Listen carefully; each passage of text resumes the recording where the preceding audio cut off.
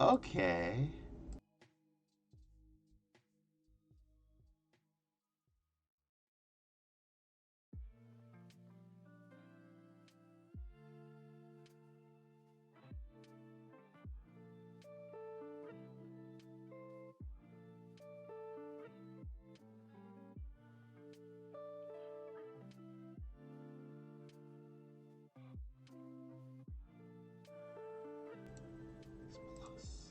Okay, I don't want this. Sound settings.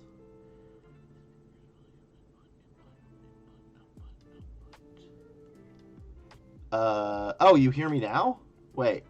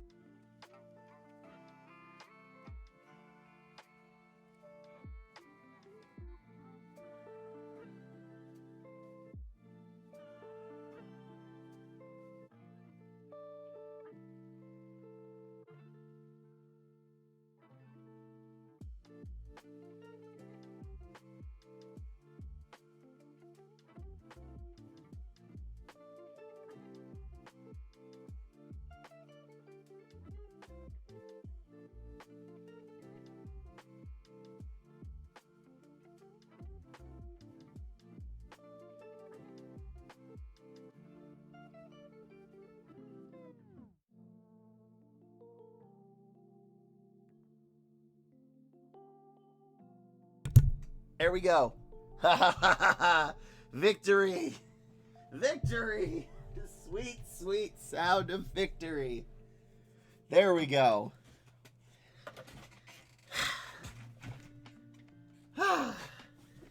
Thank you for letting me know, Think Pink. I would have done like 8 videos and not even known that I was not being heard. Yeah, it wasn't even detecting it. Sloan Bebo, thank you a ton. I just got my first new grad offer. Yes! They're calling me she's usually filters a resume, sends an HM, but the HM in this case picked out mine and interviewed me. Yes, Sloan Bebo, yes! Yes, I knew it worked. The problem was we forgot to put your right contact information between the two of them. But I'm really, really glad it worked. Oh, good, good, good, good, good, good. Yes, getting people jobs left and right. Can finally now be like, aha, this gets jobs. I mean, not finally, I've been doing it, but I am happy. Everybody give them a cheer. This is Adam Smasher's resume. A cheer, yay, give them me cruise. All right, I am very, very, very glad that I got you a position. You got an offer. Yes. So do me a favor, scroll to the bottom of that, leave us brain. Leave a testimonial. Thank you. And if you could comment on that video that this got you a job or an offer, I guess. But good. I'm very glad. My brain is not working. I'm very glad it helped you, and I'm glad that you got something. One more person is off on a job. I'm happy. Heck yeah. Or hell yeah. I can say I'm not doing a video right now. I can say hell yeah. So hell yeah. Yeah. All right. I hope that didn't peak the mic. So we are now looking for a sales dev rep.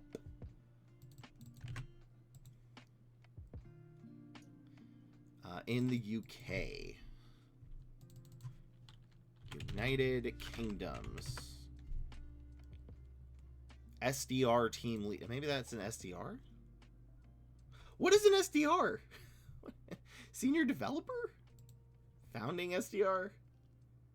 I don't know what an SDR is. What is an SDR? Nobody's telling me what an SDR is. It just says doing outreach to hiring manager and SDR.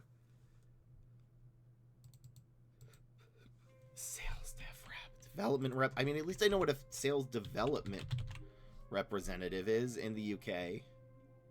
There we go. Okay. So... For real though, thank you, John. There's somebody creating his content. Yeah, I'm glad. Look, I'm happy that you got something, and I really am glad that it got you something, and you're good now. Because I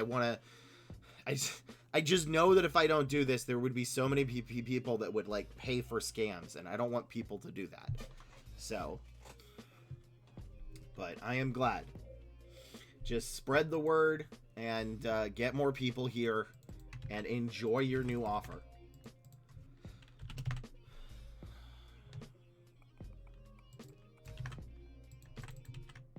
Because it is hard as hell to get your first one. It's always, first one is always the hardest, I swear. Even in a good economy, it's so hard to get your first job in. That's why, like, every time I see, like, a fresher, he's like, well, I don't know if I should accept this offer because it's not perfect. I'm like, you could be out of work for years if you don't do this. Accept it. Accept it. So, CRM tools... So yeah, just enjoy, and if you ever know of anybody that needs more work, or needs more people hired, you refer them to me. So, my glasses are so messed up, and they are not fixing, and it is upsetting me.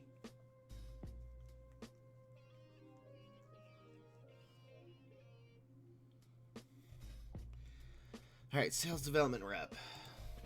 Yeah, like about 700 abs at this point, but all worth it. Okay, good. Well, I do know that like 400 of those didn't have the right contact information, so that wasn't very good. Contact information is the most important part. It's always the most important part. So B2B, IT proficient, B2B sales development representative in London, 40 to 50K. Is that a good salary? Yeah, that was actually one of my friends was like, Lee, can you look at my resume and fix it? And this is a friend, so I'm like, I know the contact information. I have his number in my phone. And I looked at it and I went, bro, I mean, the resume's not good, but like, you don't have your phone number on it or email. And that got him a job, because even though the resume wasn't good, he did not have a phone number or email, and he fixed that. So... it's most important part. Is this big, like, does ChatGPT sound like this? Is this why? Because I've been seeing this a lot recently, which is confident communicator, resilient to goal, and it's like in this exact formatting, and I've never seen it for the last like year or so, and I don't know why. SDR, SDR is senior sales dev. Is that what that is?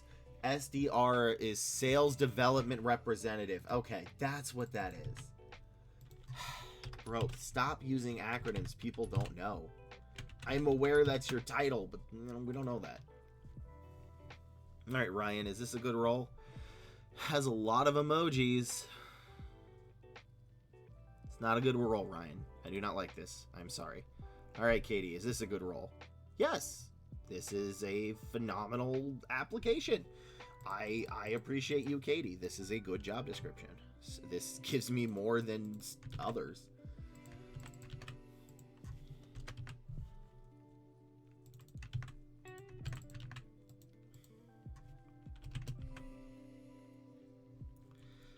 SaaS. This is one of the weird cases where people say SaaS, but I've never really seen it written out without it. So also give me a second. I need to check something. I am in the middle of candidate calls, which is why I was late to this, and I just want to make sure one of them did not reach out to me. Okay, there we go. That's fine. I have to go back, because that is where I actually get paid for, and that is what I need to focus on. So 12 months visitor finance director with leaders, booking meetings. Ooh, that's a good one. Booking meetings. People's meeting time is very difficult to get. United Kingdoms, Skills required, instant communication, CRM roles. We have CRM, sales development representative. What you'll do, what you'll need. This is okay. I missed my mouth. Let's see. What else? Is there anything else? This seems pretty basic. Like how you succeeded, I think, would be probably how you succeeded, because they did need to see that sales. You kind of need to see that they had success. Yeah, this seems like it. I'll look at one more just in case, but I think this is good. Okay, let's sales for global data. What you'll be doing, minimum of B2B, curiosity, news and collaborative audit teams. Okay, yeah. All right, well, this is kind of a simple one, which is good. I don't like taking forever finding the keywords. It's the least fun part for, I feel like, everybody, even though it's the most important part. All right. And a 1, and a 2, and a 3, and a 4. This is a resume review of a SDR, or sales development representative. And they have a ratio of 75-1, which is not good, but not the worst. Like, that's like a D-. So you don't need a lot to bring it up. So let's see what we're looking for, which was actually pretty clear. These were in most of them. Fluent in English. This was specifically in the UK, by the way, so that's why they have that. In the United States, you do not want to have that on your job description because it could potentially go against EEOC standards. Also, if they're not fluent in English, they won't realize that that's a requirement. So it's kind of doesn't really do anything to the job description, but that's not relevant to job seekers. So we're going to be looking for a C1 level or fluent English. I don't know what C1 level is. We're going to look for B2B, UK market in particular, because again, this is UK role. CRM, SDR, just the words SDR, which is also sales development representative, which you need to make sure you spell out at least once in case they do not know what SDR stands for. MSP, SaaS, don't actually need to spell out SaaS. SaaS is one of those very few things that people use the acronym more than the full word. Stands for software as a service. That you have booked meetings, and in particular for sales roles, you do need to show how you succeeded. Sales is one of those where you kind of do need to show a brag or two, just to show that, like, this is what you did, right? Like, this is how you did it. So, friendly and results different. Why does that matter? Sales development representative with passion for tech sales. I don't care. I don't care if you're passionate about it. I don't mean to be rude, but, like, passion does not generate the monies for the company. That's not what they're looking for. They do want people to be passionate, but they typically want them to be passionate about the company, less so than the overall role, which I feel like is not a great thing. I feel like ideally you do want a candidate to be passionate about the job, but every single person says they're passionate, which means nobody is passionate. Generated over 25K in pipeline within 3 weeks and aiming to grow into a sales engineer role. That means nothing to me. 25K over 3 weeks could be very impressive. It could not be very impressive depending on the type of sales. So again, I don't think a summary is needed. If you've graduated with a BA, you should put that up top. Otherwise, do not put it up top because a couple of the job experiences ask for them. So, lead technical recruiter. All right, we're a recruiter. I'm down with that. Placed 45 cloud DevOps and SaaS professionals by sourcing top tier technical talent. I mean, that's good, but so here's the thing. This is where I personally disagree. I know I have some takes that people disagree with. This might be my most disagreeable take ever. I don't think recruiters are in sales. I think business development is the only sales part of recruitment. That is a hill I will stand on. Is I don't think recruiters are sales. I think when you try to do sales from a recruitment perspective, it ends up failing, with the exception of biz dev. So getting the business is sales, but after that, I don't think it's sales. Screen candidates on APIs, microservice, and cloud. I don't know why every L in this is bolded. That's really, really weird. Every L in this resume is bolded. Is this like a secret message? Why did it do that? I am completely distracted by look at this. Every single L in this resume is bolded. Nothing else is bolded but the letter L. And the letter I here. Okay, I feel like there's like a secret code I'm missing. But anyway, this is not related to the the actual experience. Built strong relationships with hiring managers, boosting B2B client retention. This can be used ATS CRM tools to streamline candidate operations. Again, so here's kind of the issue with this is there's a couple of things, but you really have to focus on the biz dev aspect of technical recruiting, which if you were a full desk or 360, whatever they want to call it, recruiter, then you probably did.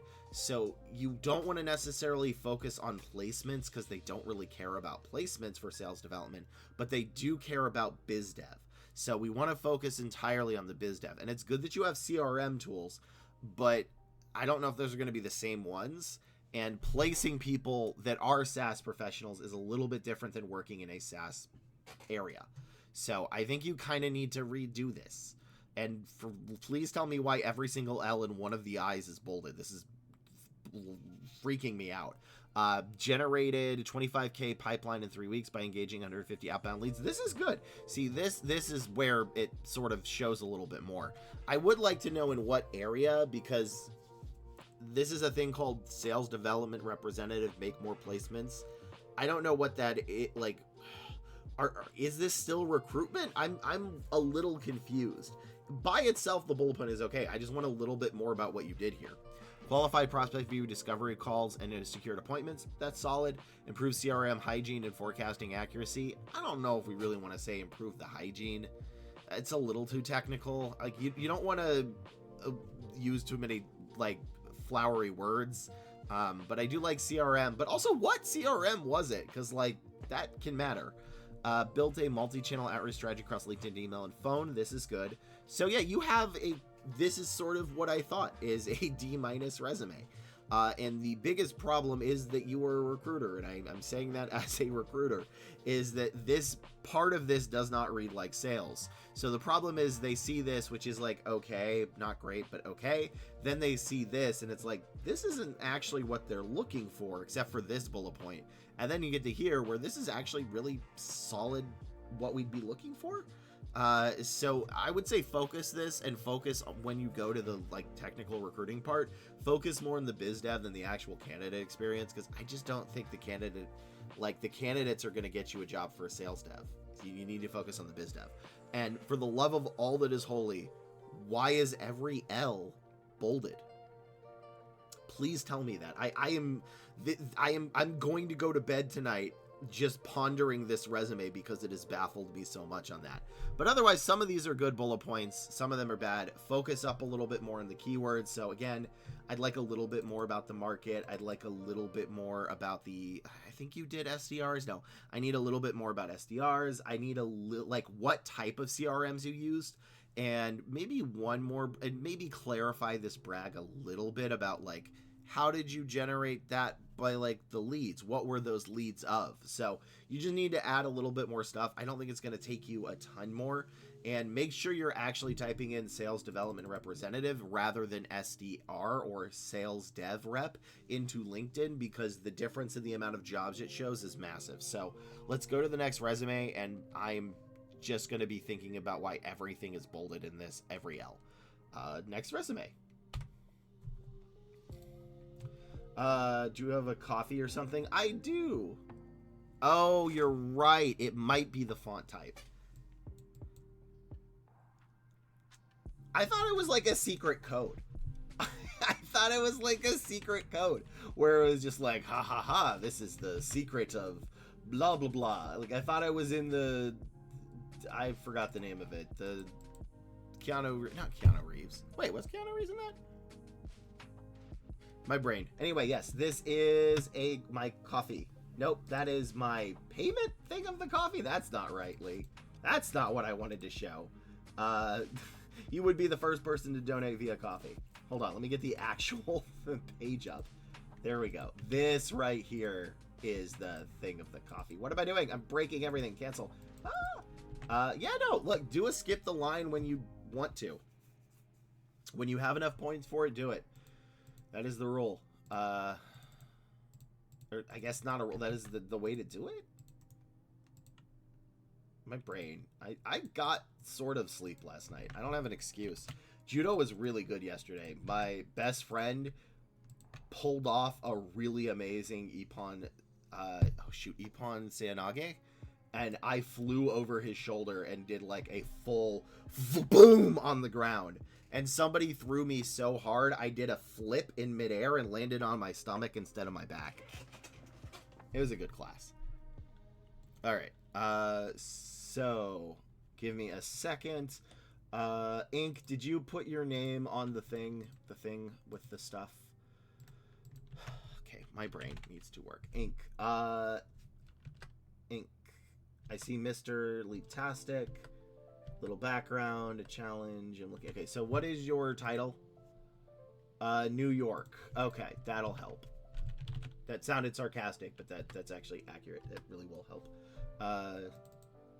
Yep, there it is. This is a web engineer front end full stack. I assume that's it. Yes, okay. So give me a second. I need to check. Again, I'm going to have to do a lot of these today because I need to check my LinkedIn to make sure there's not a candidate that is messaging me that I need to know about. Okay, so that one's good.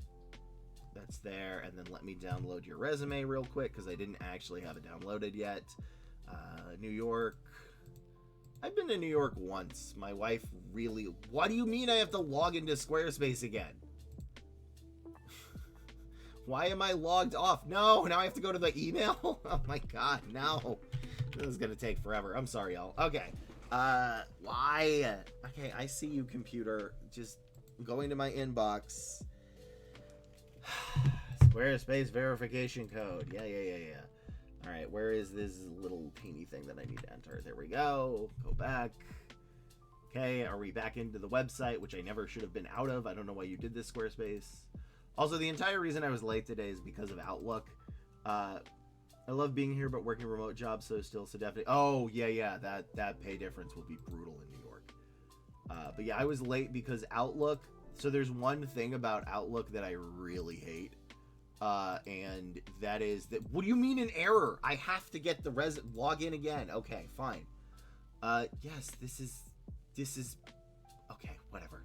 But yeah, Outlook will have a thing where we'll only save repeat meetings for every 6 months and then decline it. And apparently it did that for my meetings, so it messed up my schedule. So that's why I was late. Is because I set it for every 6 months and then a candidate booked the time over it because, again, my Outlook decided to not do that for some reason.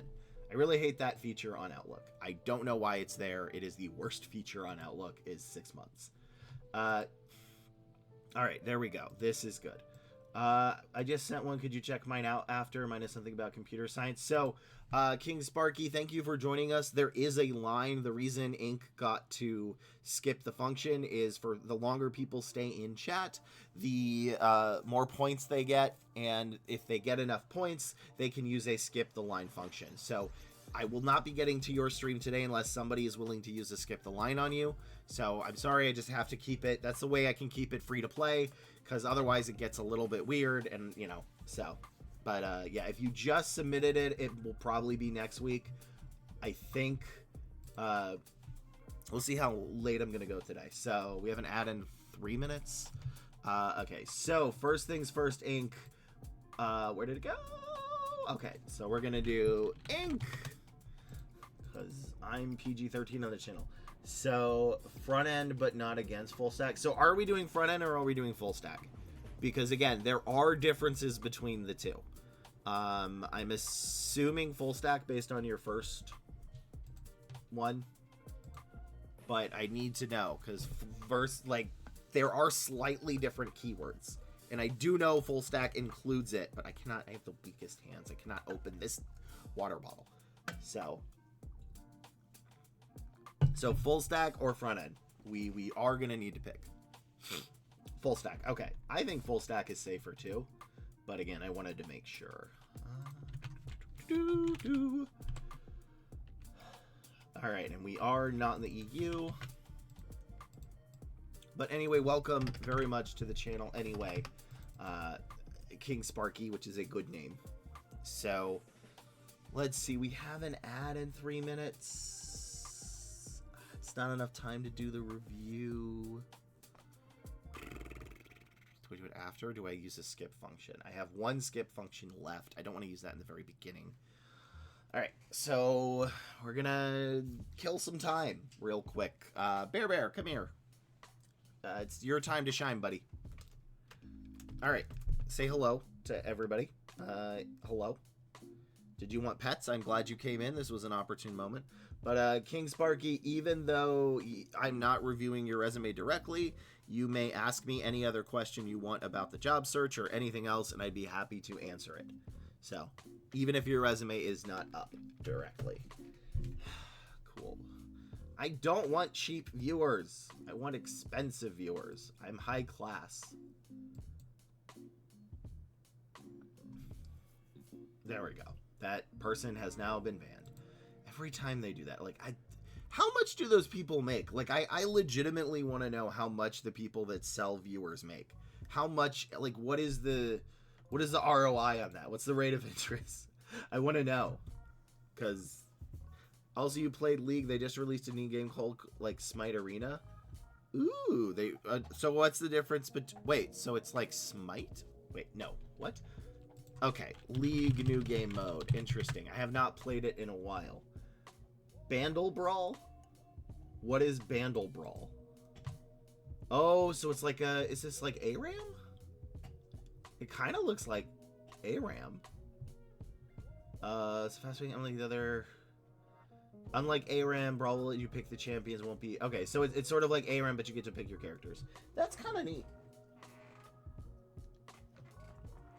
No towers, so it's just a big old smack fest between each other. Okay, that does sound kind of cool. I kind of like that. I'm still in the midst of playing the Bazaar and Rogue Trader, and then I gotta get back into Final Fantasy because of the new patch release. All right, so let's do this. So minions deal direct damage to the Nexus and kills also. Oh, so the amount of... See, that's interesting. I kind of like that. Because that way you can't just, like, turtle. So the kills actually do damage. So it's sort of like a point system. See, that's cool. I like that. Okay, I'm going to run down and refill this real quick. I will be right back. Give me, like, 1 minute. Hi, Bear. I know. You're in the way.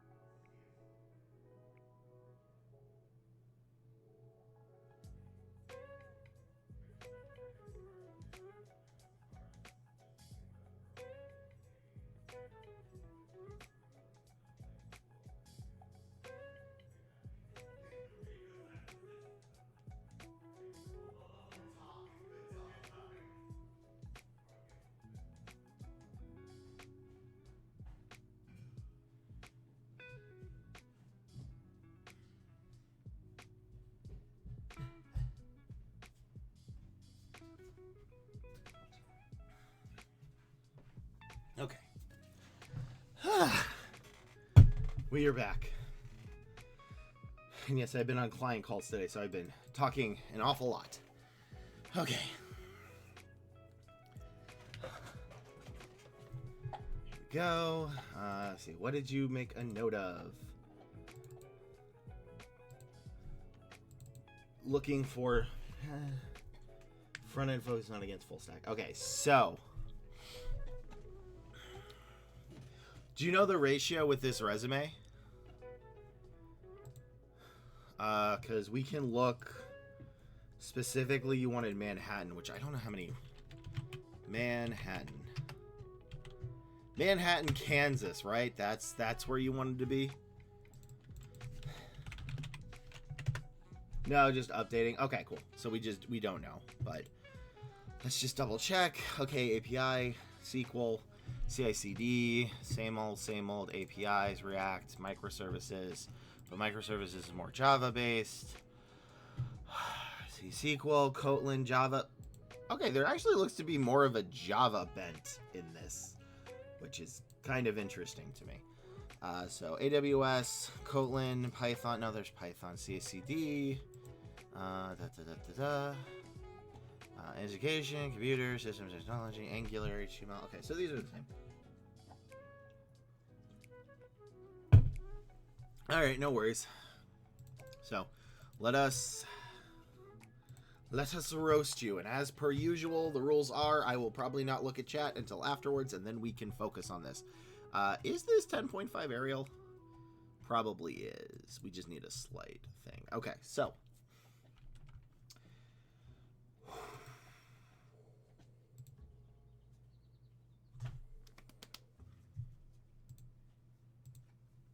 Three, a 2, a 1. Bear, you are so loud chewing on that toy. This is a resume of a you can ignore that. This is a full stack developer. Full stack. Okay, let me redo this video. Full stack dev. Because my keyboard is loud. Okay, delete that. Delete that. Bear, you are so loud. All I hear is him just going on his toy. It's so loud. Why are you so loud, dog? I love you, but you're very gross. Okay. This is a resume of a full stack developer. So, as per usual, what we're going to be looking for in a full stack dev is TypeScript, Python, JavaScript, CSS, HTML.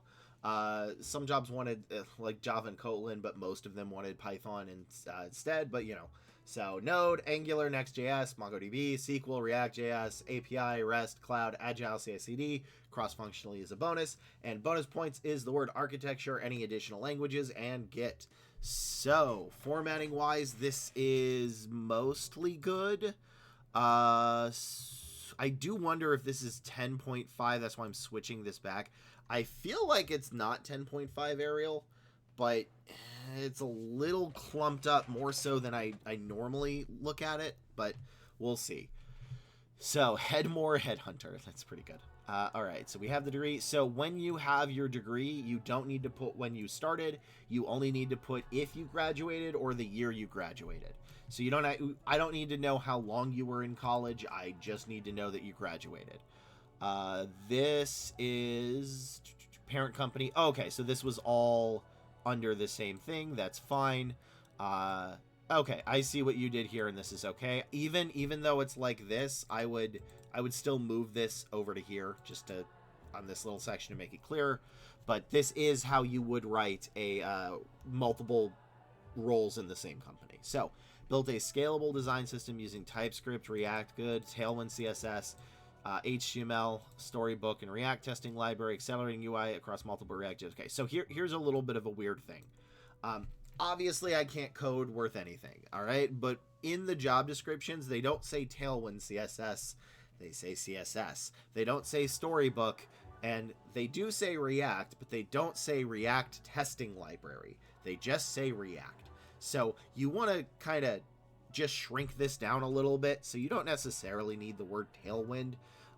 You don't need this section because you already said React, and you don't need Storybook. I would still prefer JavaScript, but I do need JavaScript and HTML, so I would switch out what I just said there for JavaScript and HTML, which I assume you did. Maybe you didn't. I don't know. I'm not a coder. I just know what they want to do when they hire them.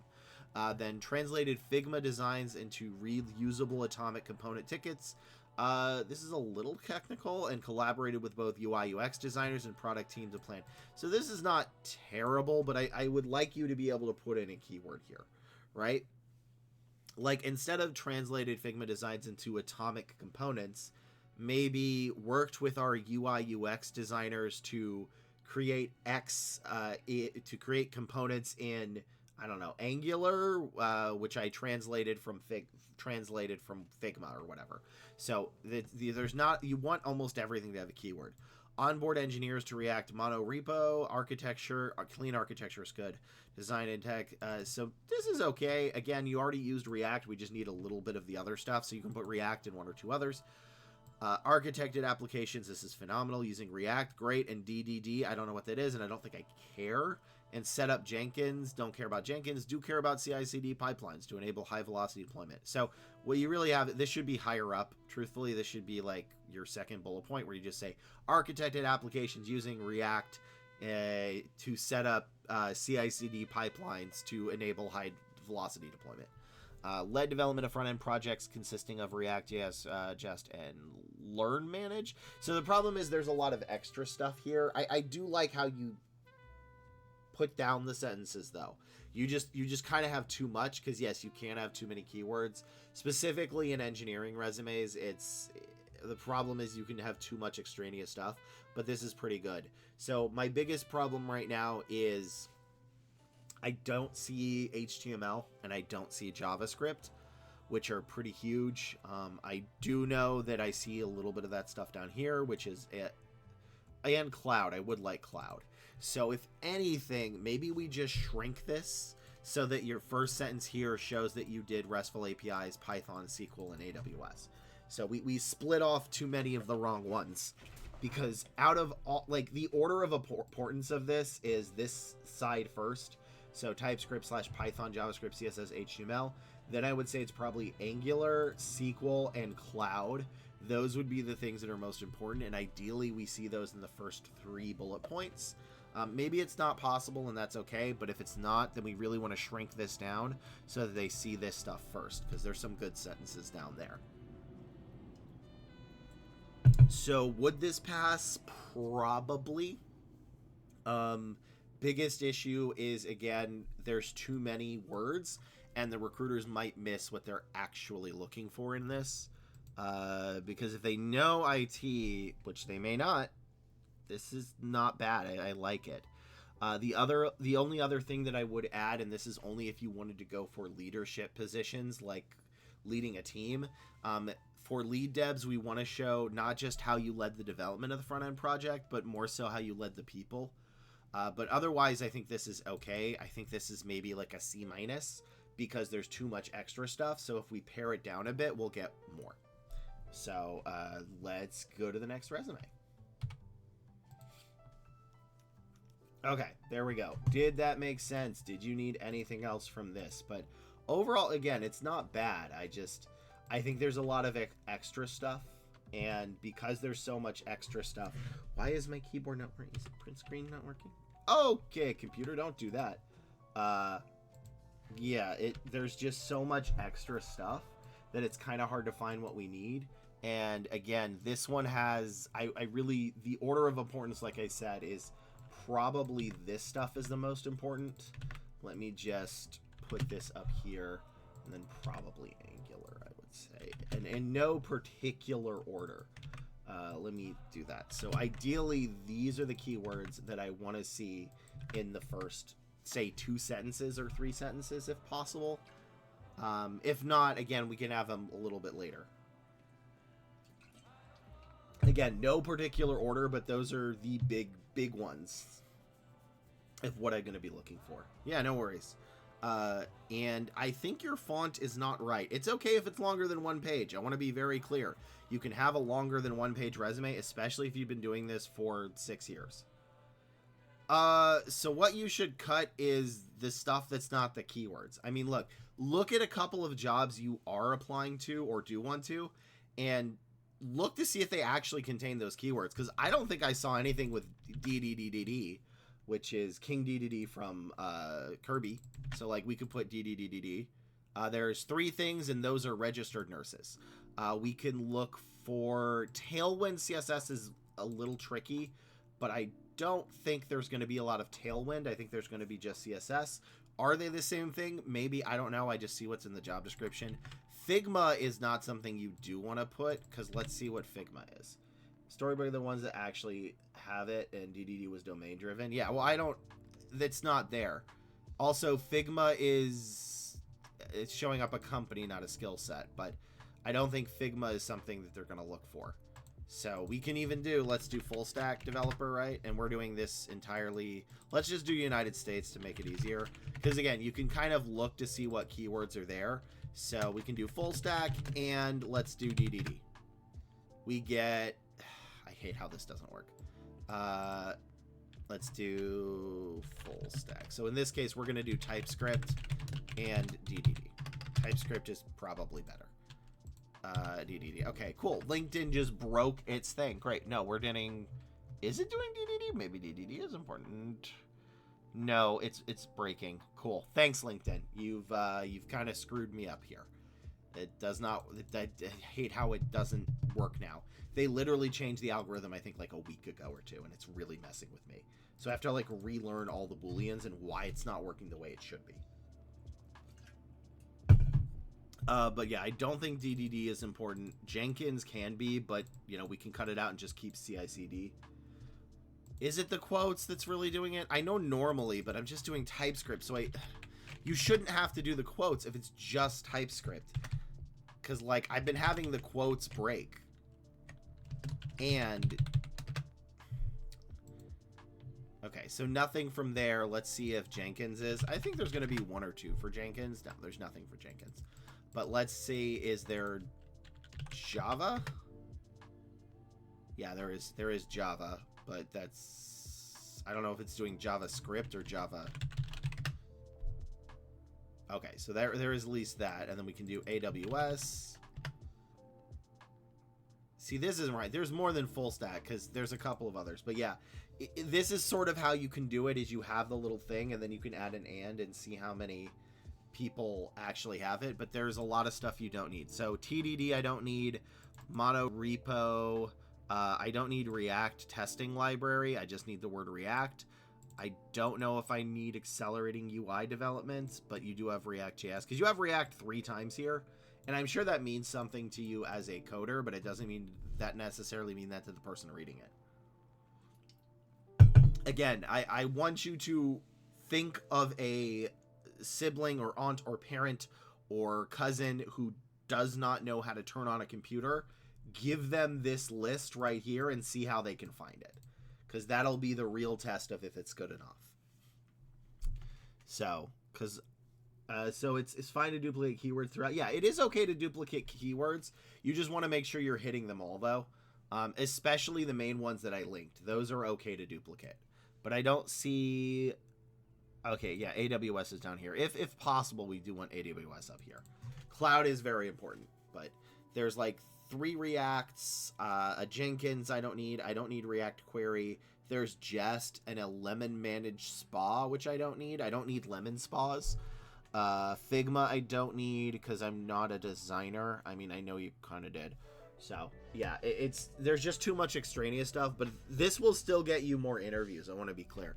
This is still going to get you interviews, and I got to check my LinkedIn again in a second, but it won't. Just to get more, you need to simplify it. So remember, a resume needs to be very focused. It needs to be very focused on the job title, because if you have too many different keywords, it's gonna mess you up, because they're gonna focus on the wrong things and they're not gonna see it, and it's just gonna be a big old mess. So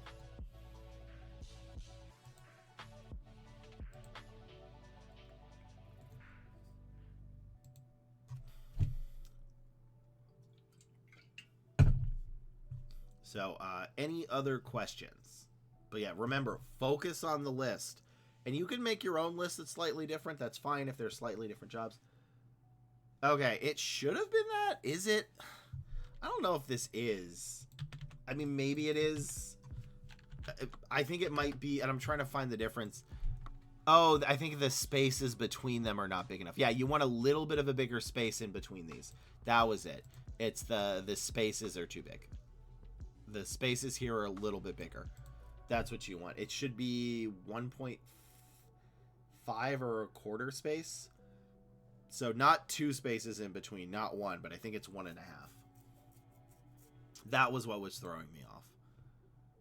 So, because this one has a little bit of stuff down. Like, you can see there's a little bit of a breathing room between each sentence, and that's what you need.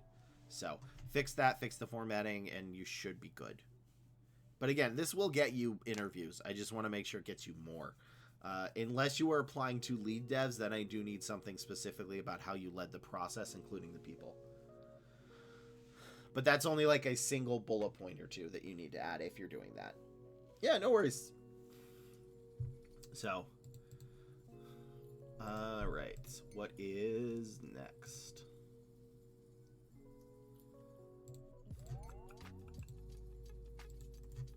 That was 1-3 brain. 135. 135 space 4.4. Such a weird numbering system, but it works.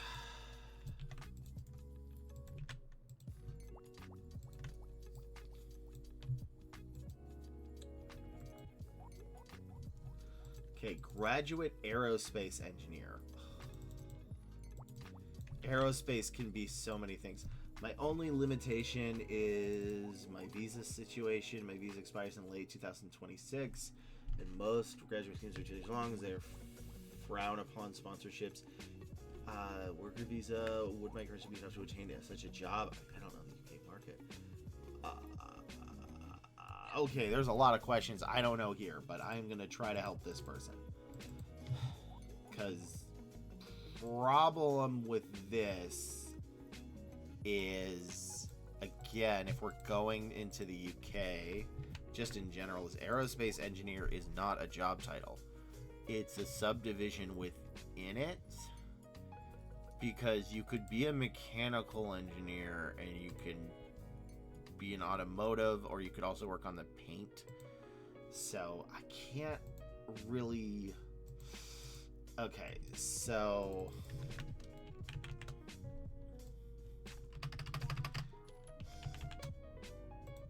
Yeah, because these are like... Engineering is not necessarily... It's like a further division.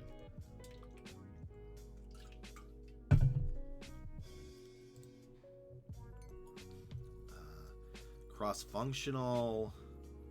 SolidWorks. Okay, this is what I assume we're going to need. Because this is probably going to be what... But they also want this in the UK, which is the United Kingdoms, which is going to be different.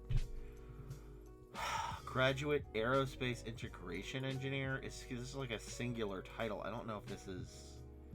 Because it could be mechanical, it could be product, could be a bunch of different stuff. Yeah, a design. I'm sure it's going to be MATLAB, but... Yeah, these are all different, and I cannot get the title. Okay, I have to do what I can on this one.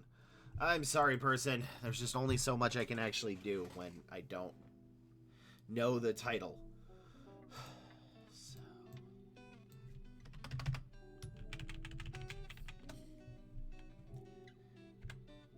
This is a resume review of a, and I'm going to use this quotations, graduate aerospace engineer. So, the biggest problem with this is aerospace engineer is not a job title, nor is it a description of duties. Because you could be like the engineer that works on the wheels of the airplane. You could also be the engineer that works on the paint of the airplane to make sure it doesn't strip off, or the engine, or the circuit boards of that the pilots use, or anything else that beyond what I'm thinking of. So, the biggest problem with this flat out is that I don't know the job title of this, because mechanical engineering is usually divided into what you're working on, whether that be like circuit boards or engines or, I don't know, floop-de-doops, whatever other people call them. But yeah, so it's really going to depend entirely on your specialization within mechanical engineering. So I can't get the keywords for this one, and I'm sorry. You did say that you are on a visa and you need to make a certain amount of money. What do you be able to in the UK? The answer is, I am a US-based recruiter. I don't know the UK's average salary. I don't know what's good in the UK or what's not. I am US-based. If you're in the United States, I could probably answer that, which is arguably anything above 65K is phenomenal for an entry-level mechanical engineer.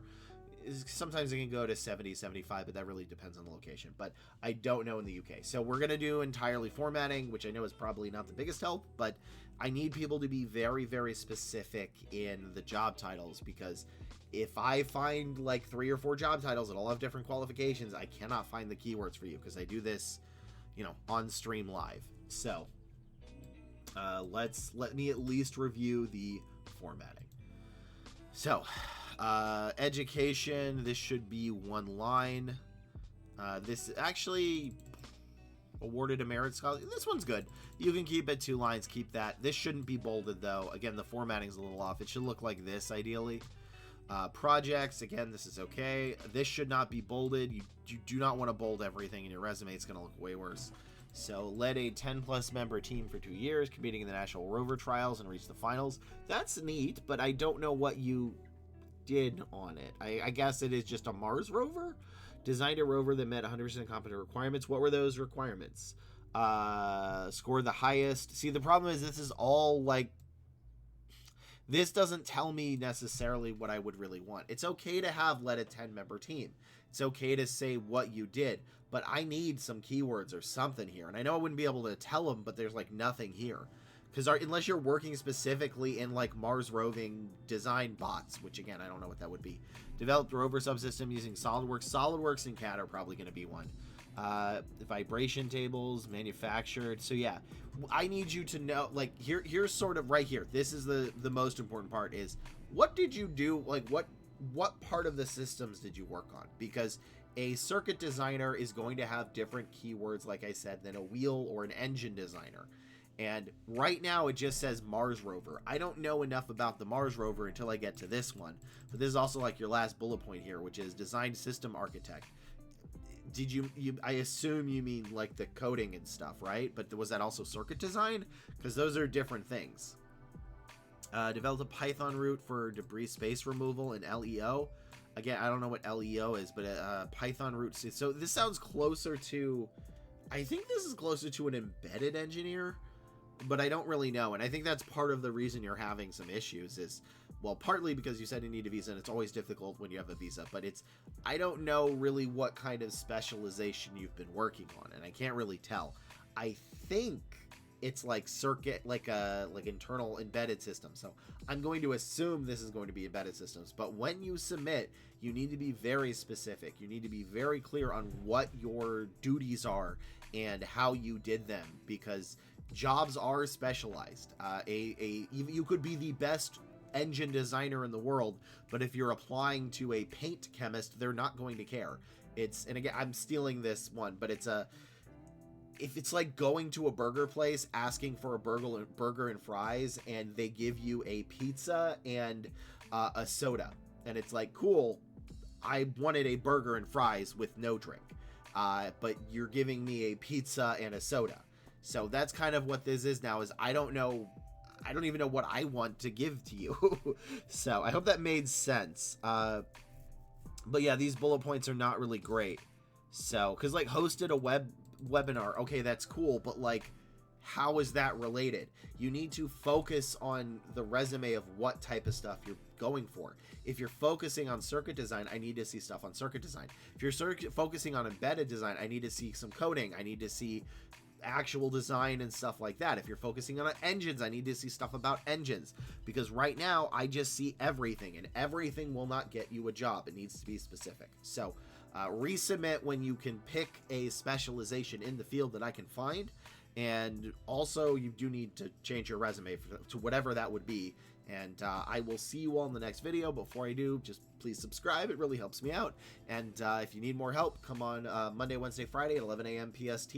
That is when I do my live stream at twitch.tv/Headless Headhunter. And I look forward to helping you all out. I want you all to get a jobs. I had a success story today in chat, and I want to hear more of them. So see you next video.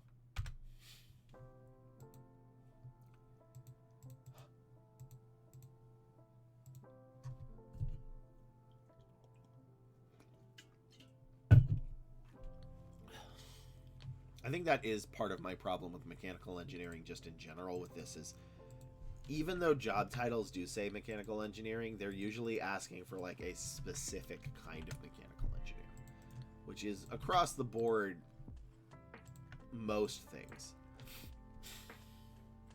Like, you always need to be very specific in your resume.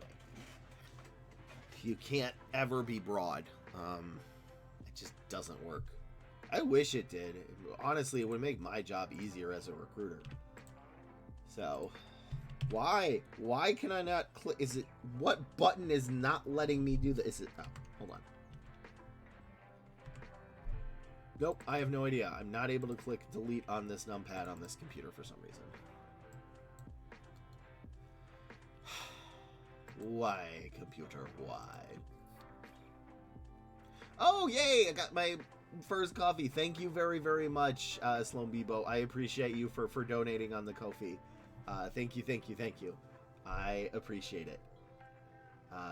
Somebody bought me a coffee, or in this case, part of sushi. Because I like sushi. Thank you very much for the $20. I appreciate it. Thank you. And I'm here to help more. I really should probably link that up with the stream so that when somebody donates, it shows. But I am okay with people donating money. I know my audience does not have a lot of money, so I don't want to incentivize it. I appreciate it, and I really do like it. That's really nice. I don't want to incentivize it because I know the economic state of the people that are watching my videos. So I appreciate it. I just don't want to incentivize it, and I'm not sure if I should like show that because people would like it, but then I'm afraid that that could create a psychological like thing in the mind where they feel like they forced to, and I don't want that to happen. I want to make sure people are taking care of themselves first, they are secure, and they have a house, because again, I will spend that money on video games and sushi, which is great because I love those things. But rent is more important, so is medical. And again, I make most of that. I like the idea of points because being a Twitch sub helps but still requires being inactive. Yeah, that's kind of my view as well. Truthfully, if I could have it be the same without giving you extra points, I probably would. But this, I think, is at least a fair balance, because realistically, by the time you get it enough, you should have seen enough and been active enough anyway. So, yeah, I'm with you on that one. Oh my gosh, my voice is sore. And I was thinking of like Patreon. That was the hard part, because like I want to get a Patreon up, but again, it's free to play, so nothing that you donate will speed up the process. So I was thinking like, I don't know, like wedding pictures, or like you get to see more pictures of Bear or something, or title a video maybe, but I don't know what would be good as like a non-speed up the resume rewards for people. So this is very challenging, because if I just did like video game streaming, I would be like, yeah, let's incentivize it, because it's, you know, but the fact that I'm offering job advice kind of adds a little bit of a wrinkle into that. So is it communications specialist, public relations, I didn't even know this was a job. Huh. So this is cool, because I get to look at new jobs that I did not know existed before. So we want PR or corporate, jeez Louise Lee, corporate experience. You know how to say corporate. You've worked in corporate most of your adult life. You can say corporate. PR or corporate communications. Proven replacing outlets. So like Forbes, etc. Okay, so basically like, so this is like PR, right? Like communication specialist is kind of like PR.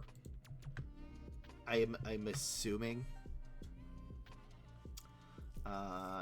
Podcast. Okay, that's interesting. It is cross-functionally agile. Every single one has that. I'm not I mean, agile can be important, but I feel like everybody says it to the point where it's not as impactful anymore. So, nice to have. Okay. Entry-level communication specialist, high school bachelor's, can do part of a team, flexible hours, benefits. So yeah, I assume this is also a PR specialist.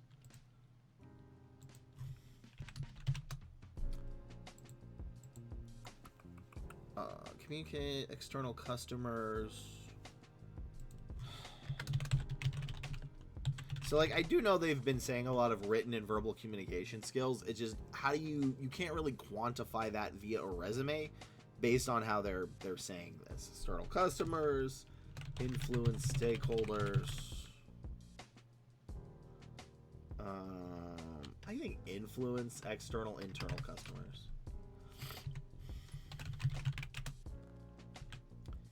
Okay, so blog posts, preferred B2B.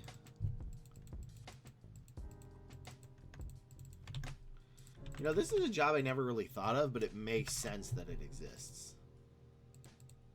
So, media relations specialist, a public relations specialist. So I assume it's going to be this. Must live in the tri-state area, or the LA area, huh? Senior public relations, education, bachelor's. Okay, so we do need an education here. This is why education goes to the top, is it's in like most jobs. 6 years of journalism, Microsoft Word, API, influence, and then probably industry, communications specialist, MS Office. Everything has MS Office. If you know MS Office, you are qualified for like 38, no, I'm going to say 70% of corporate jobs. It's everything. Office, there we go. No, I'm moving this up. Like, literally, this was the most common keyword, was Microsoft Office. Every time I get made fun of for it, like, oh, did you put that, Lee? It's the most controversial. No, you need it. Seriously. If you've worked on MS Office, you need it. It's the most common keyword I think I know of across every industry.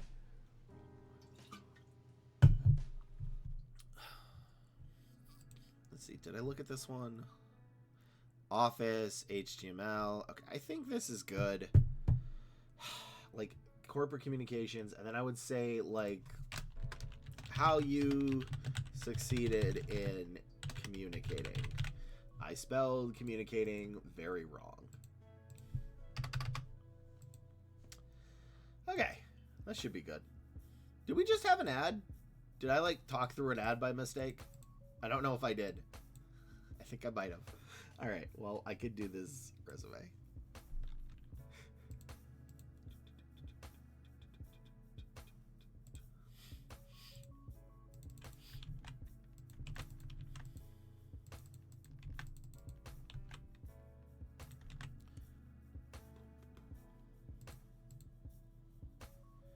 Okay, and then we go to this.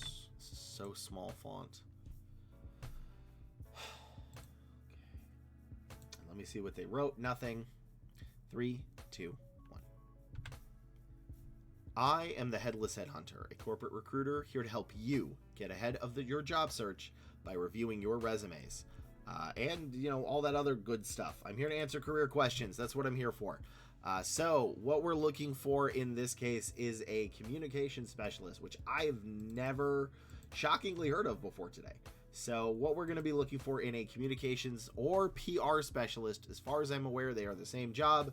If they're not, then I'm sorry, and these are going to be very sus as keywords. So assuming those are the same things, let's check it out. It's going to be PR, corporate communications, Microsoft Office suite, so Word, PowerPoint, Excel, Teams. That was in most of the jobs. I swear, if you know Microsoft Office suites, you are qualified for about like 75% of corporate office jobs. B2B, how you succeeded in communicating. So I need to see, this is one of the cases where I do need a little bit of a metric. Forbes, TechCrunch, Media City News, Fierce Health. Basically, were you published in anything? How were you famous? Which is what I should have wrote here. If you've done podcasts, cross-functionally across different parts of the internal company, agile, internal, external customers, and your education, and the industry, because again, industry is going to matter. So I think this is the right resume, right? This is what I got. Communication specialist. That's what it says it. Okay. So I'm expecting this to be okay. This is a C- resume. It's gotten 1 to 50. That's an average ratio of 50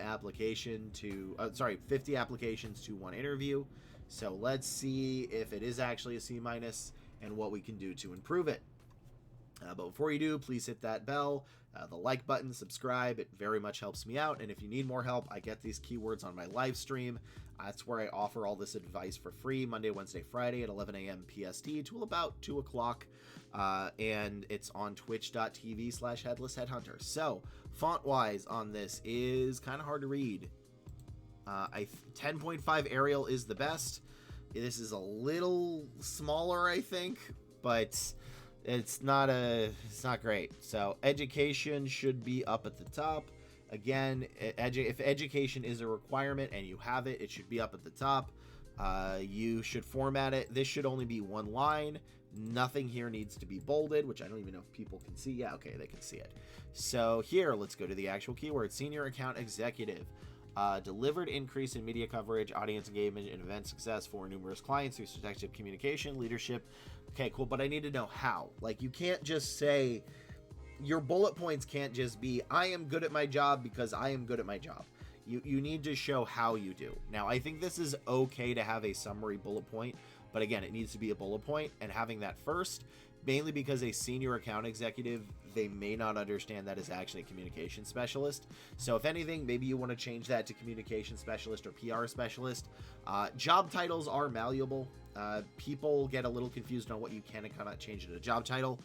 If your job title, like if you can say in an interview to the hiring manager, my official job title is X, but I called myself Y because everybody in our industry called us that, and that was what my duties were. That's okay.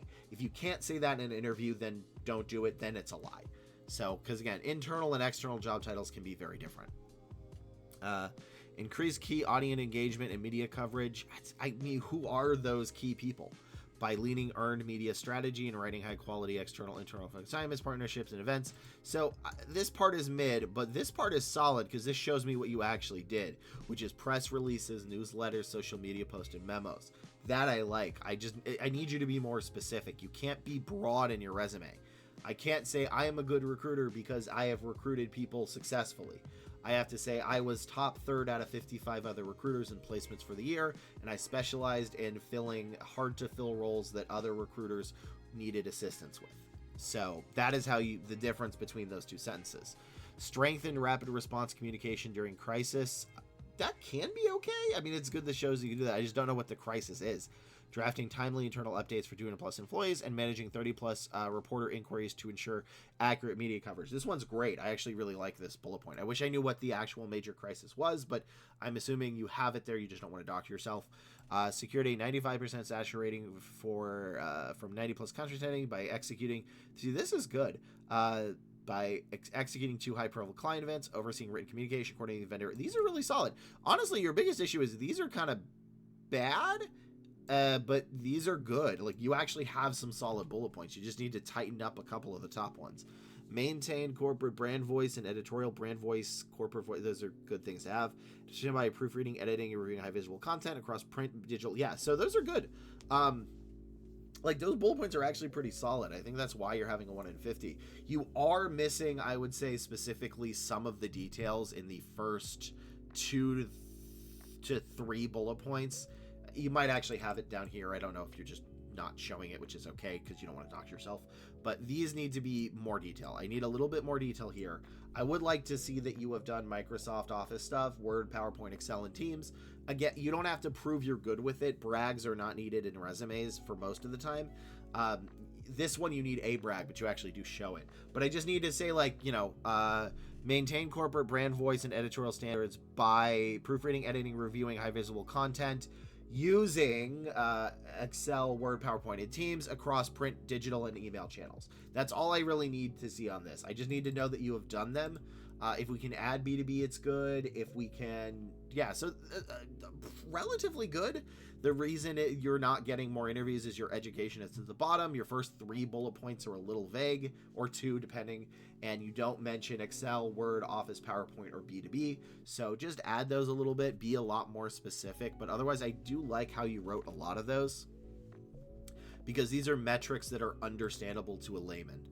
So overall, not bad. Again, this is why this is a C- resume. So make those changes.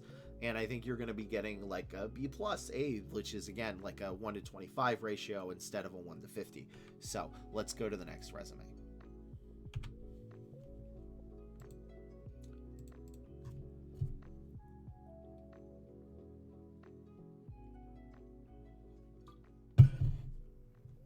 Oh, my voice is so sore today. I'm not sick. I've just been using it a lot lately. I also forgot my mouth guard last night, and I think that messed up my snoring, so. Alright, Dalen said, for extras, for people you could give keywords for the jobs they are with understanding specifics. Can you rephrase that? Because I'm a little confused by what you wrote. For extras, for people you could give keywords for... Oh, no, I get it. Yeah, but then that's... See, that's more of a channel point. So, like, I want to make it so channel point rewards are the stuff that you can get that help your job search. I want to make sure that there is literally nothing I give that costs money that can help your job search. And that's the crux of it. But I do like that, the Boolean stuff. So, but I do not want to offer anything that would help someone's job search besides channel points, which again is a bit of a gray area. I don't want to offer, which is where I've been having some issues. So, because like I want to make sure that people know they can donate, but I don't want to incentivize it, because I really, really don't want somebody that doesn't have a job to be like, thank you for this, and then even though I've helped them, even though I've reduced their ratio, it still takes them a long time to get work. So yeah, that's the crux of the issue, is how do you do it without anything that helps a job search is free. That is the goal forever of the channel. The channel points again are like there's a limit to what I can do there, so I guess they could be in channel points, which I technically do have them as channel points, but you know. Emotes? Yeah, emotes or something. That does mean I have to make emotes, but emotes are good. So I am okay with that. That's a good idea. I'm applying to both senior and non-senior jobs, but not getting recruiter callbacks. I want to focus on back-end engineering, but I'm really more of a generalist. So, why is my delete key not working? Okay, so specifically, this key of the delete thing is not working right now, and I don't know why. My backspace is, everything else is. What button am I not having pressed that is giving it? Because I know on the numpad it could be that, but it's not the numpad. So I don't know why my delete key isn't working. But emotes are something I was considering. I just have to actually get them, because that one's tough. I need to get more of them, but I may need to get more art for it. I don't know. Or just take more pictures of Bear, which actually this weekend is what I'm going to do. I'm going to re-upload some more stuff. I got lazy on it last weekend. I'm hoping I can, because it's a nice to have, so it's not like critical, but I took a bunch of pictures at me at a wedding, and Bear got his photo shoot done, which we should get later today or this weekend, and I will have new pictures of both of us where we look snazzy. Isn't that right, buddy? We're gonna look all cool. He is unconscious right now. He is surrounded by his toys, sleeping peacefully,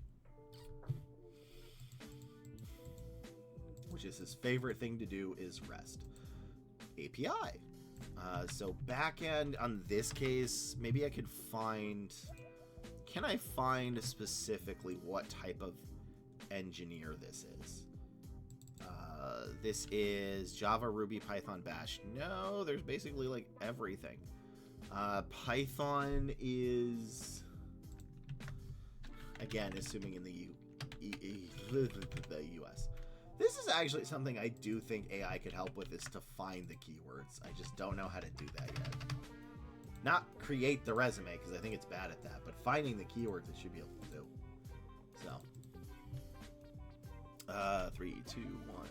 What am I doing? Anything else? Yeah, my voice. Struggling. Price. It's free. Do not worry, friend. It is free. Everything here is free. And I was looking at the wrong thing. What if I was back in here? Okay, so this is a resume review of a Python backend dev. So this person said that they are applying to both senior and non-senior jobs. That's good, because sometimes seniority at one company is entry level at another. But I'm not getting many recruiter callbacks. I want to focus on back-end engineering, but in reality, more of a generalist. I feel a lack of focus may contribute to my issues, and that is true. A lack of focus on your resume will. So there is a little bit of an issue, is that you can't just be a back-end software engineer. I know I say this stuff all the time, but when you specify, you can be full stack or front end, and those keywords are the same, but when you specify back-end, unfortunately, there are various ways you could do it. You could be a Python backend, which has different keywords than a Java backend, that is different than a C backend. And maybe Ruby on Rails, it's been forever since I've seen a Ruby on Rails resume, so I don't know the keywords for that. So this is a specifically keyword based on Python. I have this keywords for Java, and I don't have them for C. I haven't seen a C resume in a while. But if you need to know that, let me know in the comments below. I can put it down there. But admittedly, your resume is only getting a 1 to 75, which is not good. Again, that's like a D-, but it's not the worst ever. 1 to 75 is not good, but the basic line of passing is 1 to 50. So let's hopefully see if we can get this down to like 1 in 25, 1 in 35. So formatting, it's a little off already. So again, you don't need a summary. Unless you are switching industries, you do not need a summary, or there's very, very specific niche reasons most people do not need a summary. Then I do want it to look like this: first and last name, which you have there, phone number, email, LinkedIn portfolio on the same line if you can fit it. Sometimes those lines go over, that's okay. And then if you are a U.S. citizen or green card holder and you're applying to the U.S., citizenship status and city and state. That will help you immensely. That way it removes implicit bias that recruiters could have, which I don't, but like, look, not everybody's a good actor, unfortunately. So programming skills, Java, Ruby, there's Ruby, Python, Bash. Again, the skill sections don't matter. They don't count. If a manager, and this is the manager, not the recruiter, if a manager does not see your skills in a bullet point and how and why you use them, they will reject you. And if you need them to be in the bullet points, then you don't need a skills section because they are irrelevant. The exception to that, again, is going to be some very high-level directors, but those are entirely different resumes, and they get weird. When you get that high up, resumes get a little bit weird. So skill sections don't matter. Education is good. GPA is fine, but it shouldn't be bolded. Yeah, you don't want it to say bolded. And if you've been in the workforce for a while, I don't think you should even put your GPA, because that sort of implies that maybe you just graduated. So if you actually do have 10 years, I don't know if you need your GPA on there. This one I'm a little bit waffling on, but yeah, you definitely need the education. It should be up top, but this whole section can be deleted, and this can be shrunken to a single, little bit cleaner, no bolding. So let's see with this. Again, no bolding here. Please stop bolding everything. It makes it so much worse. So much worse. You don't want your resume to get rejected because the recruiter missed your keywords because they were reading it so fast and your bolding broke their concentration. So managed global search. Oh, let me read the keyword. So assuming this is Python, which it might not, it might be Java.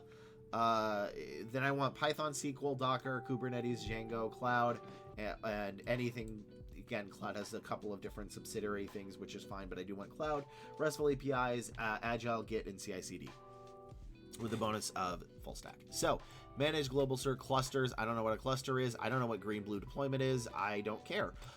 Built monitoring dashboards could be okay. Using Datadog. Datadog, that might be a keyword. Again, this really depends on the overall stack. Datadog could be a keyword to keep in. Global search service. So here's the problem. I don't know what kind of engineer you are until I get down to here where it says Python. So the very first thing you need is your tech stack. All right. I want the first sentence to say manage global search, whatever, using Python blankety blank and blankety blank. So Python API is fine. Enabling your CI/CD tools, good. To provision staging engines based on test requirements. I don't care about this, but it makes sense for the rest of the sentence, so that's okay. Built a Python tool to generate SpinMaker workflows, enabling Chief to efficiently manage workflows on the host. I Okay, but like, why is it that I have to go all the way here before I see I don't see any SQL. I don't see any RESTful. I see RESTful. I see API. I don't see any of the like Docker, Kubernetes, Django. I don't see cloud. I did see CI/CD. I don't see Git. I have to go all the way down to here. Oh, there's Kubernetes. Yeah, you did do it. I have to go all the way down here to basically find that. So your problem is you just have a lot of extra keywords. If you literally just simplified your resume to mostly what's in here, again, depending if that's the right stack you are, you would get more. Because AWS is all the way down here, but they might actually miss it. Because in this sentence, you have implemented a cost-saving measure by analyzing data throughput requirements of Kubernetes clusters and right-sizing compute clusters, resulting in 11% reduction in my team's AWS operating costs. You know what I don't care about? Half of that. You know what I do care about? Kubernetes, AWS. And you know, if you're doing like a cloud thing, this reduction, but like, why is an 11% reduction impressive? What's the normal one? I don't know. So there's too much here. But the fact is, this is why you're getting 1 in 75, is the recruiters that are actually making it through all of this junk to get to here are probably going to move you forward because you have some good stuff. So simplify it, please, especially if you're a software engineer. I really want you to make a list of keywords like this that you see from the job description, and then give your resume to somebody who does not know computers. And I mean, like, they cannot turn on a computer. Ask them to find it. If they can find it in 15 seconds, because that's all they get, put a stopwatch, 15 seconds, then it's a good resume. If they can't, then you need to redo it. But right now you have too much extraneous stuff. There's too many things here that could be keywords but are not. But again, this is assuming you are a Python backend, which maybe you're not. I don't know. So be specific, be focused. You can have 2 different resumes, one for Python, one for Java, one for cloud engineering, one for potato farming. I don't know, but it's important to focus. The more generalized you have, the worse you're going to do. And you have some good keywords here. It's just hard to find them. You're essentially hiding what I need, and that's not good. So again, this is not the worst resume ever. Absolutely not. It's a 1 in 75, D-. It's just, if you literally deleted like this, you would probably get a 1 to 50. Like, change nothing but deleting this, not counting the education, and you would probably get a 1 in 50. But we can make it even better than that. So next resume. There's way too much density in this. There's way too much density, which is probably a better way of describing it, because that was sort of your problem as well. But I should also do that.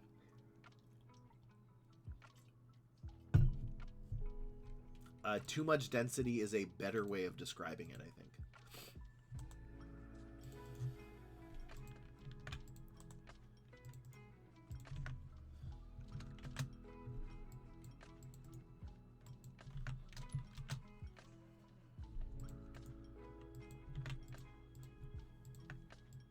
Okay, 1362. You mentioned full stack is similar to front end. What's the difference? Sure. So, do I not have my writing page up? I don't have my writing page up. Boo, Lee, you get your writing page up. So, whoa, okay. All right, here we go.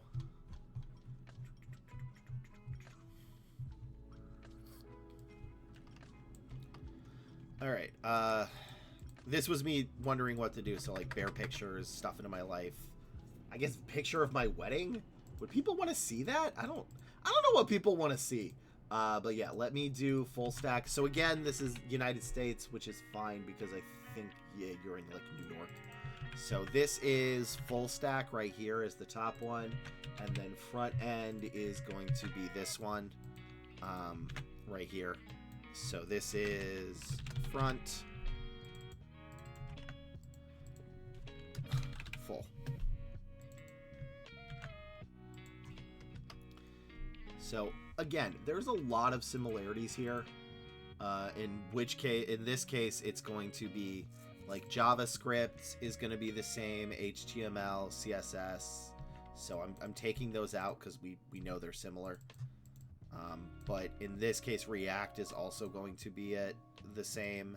So is Angular. So React and Angular. APIs, probably RESTful API or REST. SQL is the same. So again, there's a lot of similarities, and that is close to where they end. So this is now going to be sort of the difference between them. So maybe Next.js for full, but then you want PHP, Scrum, and Agile, because you have to do it pretty quickly. SEO, WordPress, Git, Docker, Jira, Vue, and Next. And then for full, you'd want more cloud, you'd want CI/CD. I guess Agile is the same, so I can take out Agile. So you'd want CI/CD, you'd want cross-functionally, you'd want like MongoDB, and TypeScript and Python. So these are sort of the differences between them. Like I said, they're mostly the same, but there's enough differences that if you will have a better luck splitting them in two. Because TypeScript or Python is really, really important for full stack. Primarily TypeScript, truthfully. But for front end, it's kind of a bonus, so it doesn't really matter. We do want Node and Next.js, apparently that's different. But I think the biggest difference is the PHP, SEO, WordPress, Vue, and Next versus the cloud, CI/CD, and cross-functionally. So, no worries. I'll probably say 2 hours. Yeah. That's why I would recommend it, is because like full stack typically doesn't care about SEO or PHP or WordPress. Again, sometimes there's no monolith, but this is just for the most of them. So this is the primary difference of where they're focusing on. But then you can't get companies that focus more on the front end. So, but yeah, that's a bit of the difference, and you can kind of see now that like there's a bit of a difference.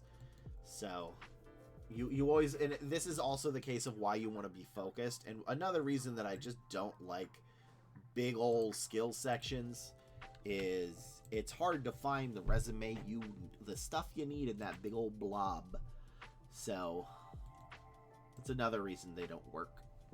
All right, I will be right back.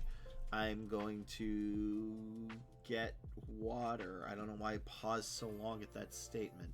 But yes, I will be back.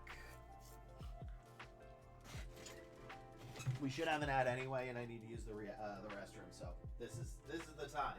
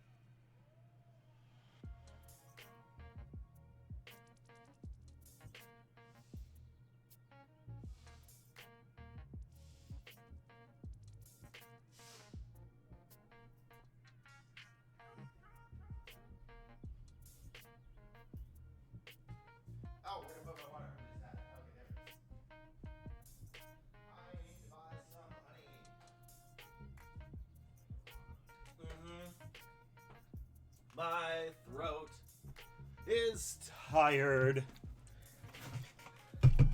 Not sick, just talked too much. Alright, back. It's so hard seeing this because from a developer perspective, from a stock. Yeah, it is. The most important thing I want people to remember and know is, how do I describe this? What you think is important does not necessarily is important to the company. So that's kind of the biggest thing, is that, like, while it is important for you to do X and Y because that's what you do in your job, they don't care about that. Why is my delete key not working? It's throwing me off. Okay. Back end. This is a full stack.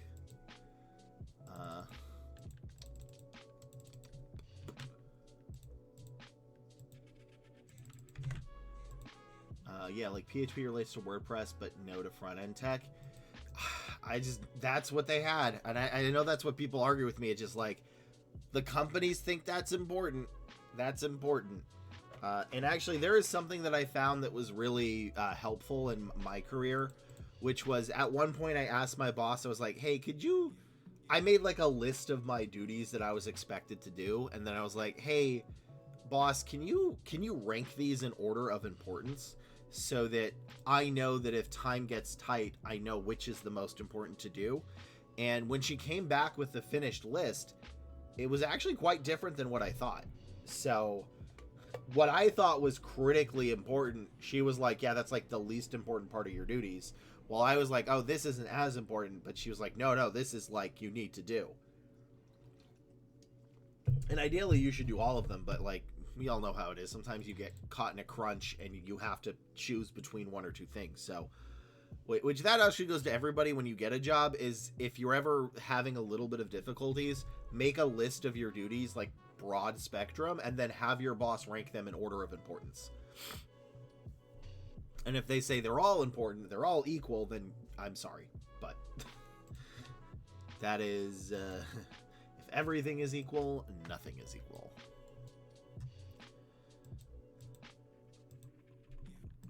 Alright, this is full stack. This is full stack. Leron!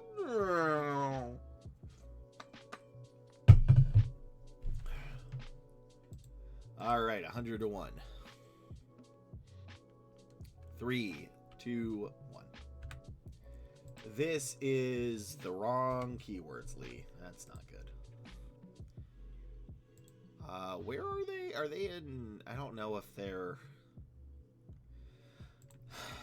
Here's the problem. I don't know if they're in the UK or not, because the UK is going to have different keywords.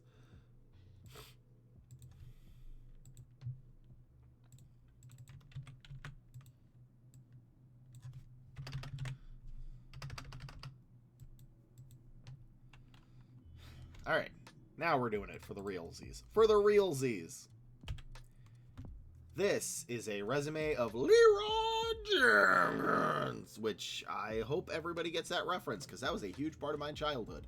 So, we are going to see if you have enough dots, but realistically, as a full stack engineer, what we really do want to check is TypeScript, Python, JavaScript, CSS, HTML, Node, Angular, Next.js, MongoDB, SQL, React.js, API, REST, Cloud, Agile, CI/CD, and cross-functionally. I'm still iffy if I should even include cross-functionally, but I saw it on enough. So, bonus points for architecture, extra language, Git, and a 33.3 repeating chance of success.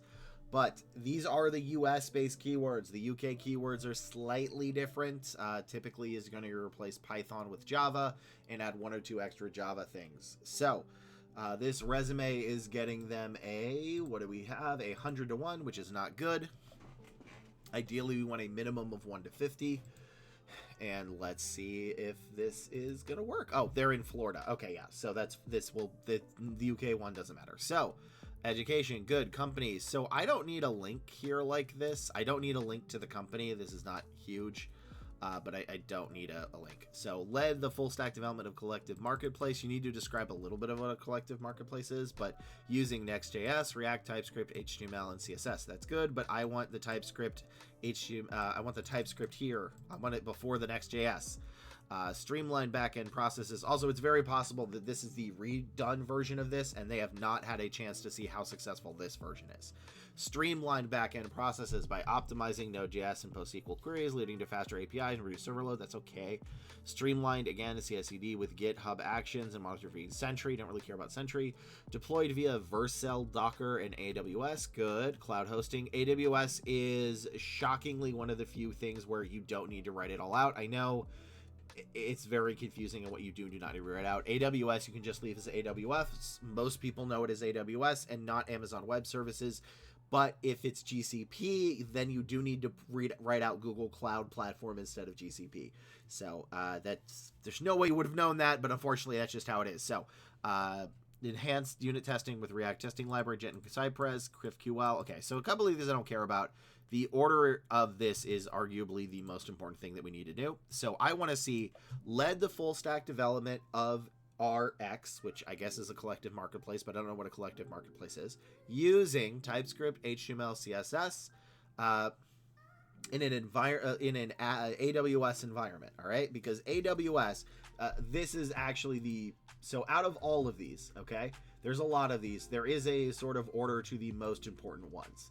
And the most important ones, which let me see if I can get on here real quick, are that looks horrible. Let me fix that formatting. Are these. So these are the most important versions. Do not bold them in your resume, but this is the order. Is TypeScript, Python, JavaScript, CSS, HTML, SQL, Angular, and Cloud.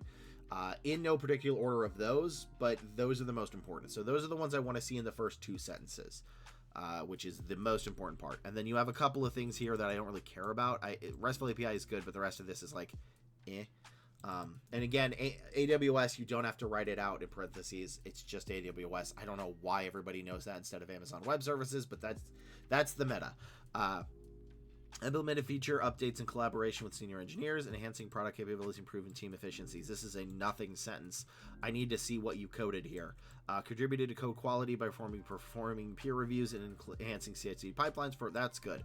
But I also don't see JavaScript anywhere here, which is still good to have, even though I know you have the TypeScript. Maybe you didn't. So yeah, we're just missing some keywords. You don't need these giant like links here. It's okay to have a website here, but don't include them after everything, because it's very likely that the people looking at it will not be able to even click those links, and it kind of messes up the flow of the resume. Open source project in GitHub. This should be under the project section. So the formatting is a little off. A couple of the keywords are not in the right order, and you have some extraneous keywords. Once you fix that, you should stand a better chance. But I imagine that this is not the 1 in 100, because I think I reviewed your last one like a week ago. So I'm assuming this is the new version that you haven't yet tested out. So once you do that, then we can go back and do a little bit more. But again, this resume is okay. I'd say it's like 1 in 75 maybe. You're just missing a little bit of stuff, and the order of it is off in the formatting. So let's go to the next resume. All right. Oh, hey, TweeJ. What's up? Saw your profile on Reddit and gave a follow. Thank you. Not in the software space, and I know what AWS is, but not GCP, because that checks out. Yeah, it is weird what you do and do not have to write down there. It's so sad Leroy was a fake. Right? I am sad that Leroy was not real. I mean, it makes sense because someone actually saying 33.3 repeating is just too nonsensical, but I wanted to believe it so bad when I was a teenager. So, but yeah, that is why AWS can be AWS, but GCP can't just be GCP. So anyway, welcome to the channel, TweeJ. I am happy to have you here.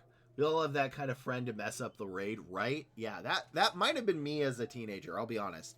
I refused to go Restoration Druid. I only wanted to raid as a Feral Druid, despite the rework being awful.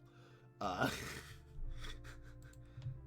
I never did raid in Final Fantasy. Well, I tried a little bit of raids in Final Fantasy. Those are really fun. I think Final Fantasy 14 actually has some of the best raids I've been on in my life, with the exception of Wildstar, which was my favorite MMO of all time. That got canceled because of a lot of reasons.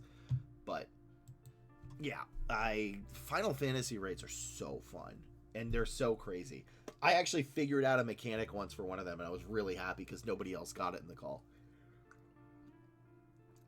I'll submit my CV at some point. Do you message people review in case they miss a stream? I don't, because that would take a lot, because I get through about 15 to 20 resumes a stream. But I do post all the reviews to YouTube, so you can always check those out or catch the past streams. Usually, on average, it takes a week and a half for me to get it, but I'm running a little bit behind. But then it's about 3 weeks to show up on YouTube. But if I get a lot, I'll crunch them more together, so... Usually I hit get myself, my team, because they're, like, innovating too much. Yeah,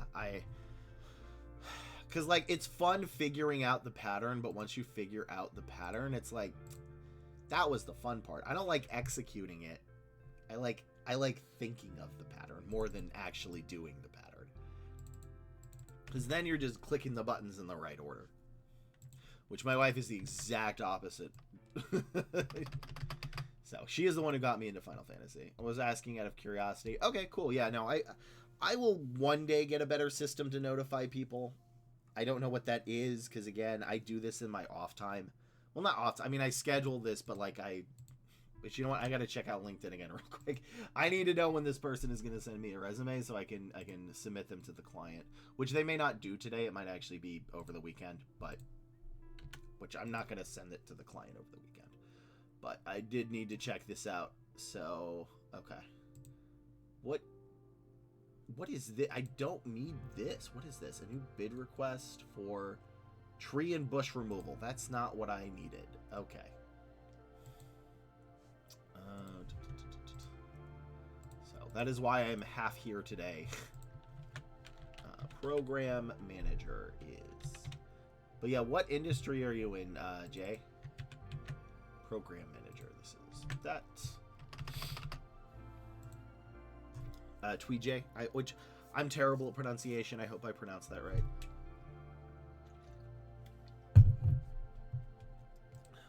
Okay, anything else here that I need on this resume? They said a 1 to 150. I'm looking for any managerial or other job that pays 130K. Ugh.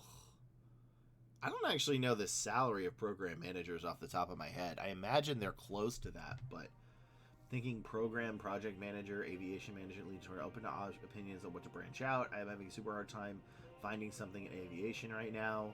Really? Aerospace is... I thought aerospace was good. Tweegy. Okay, Tweegy. I don't know why I said that like Luigi. Tweegy. Luigi is the best. Better than Mario.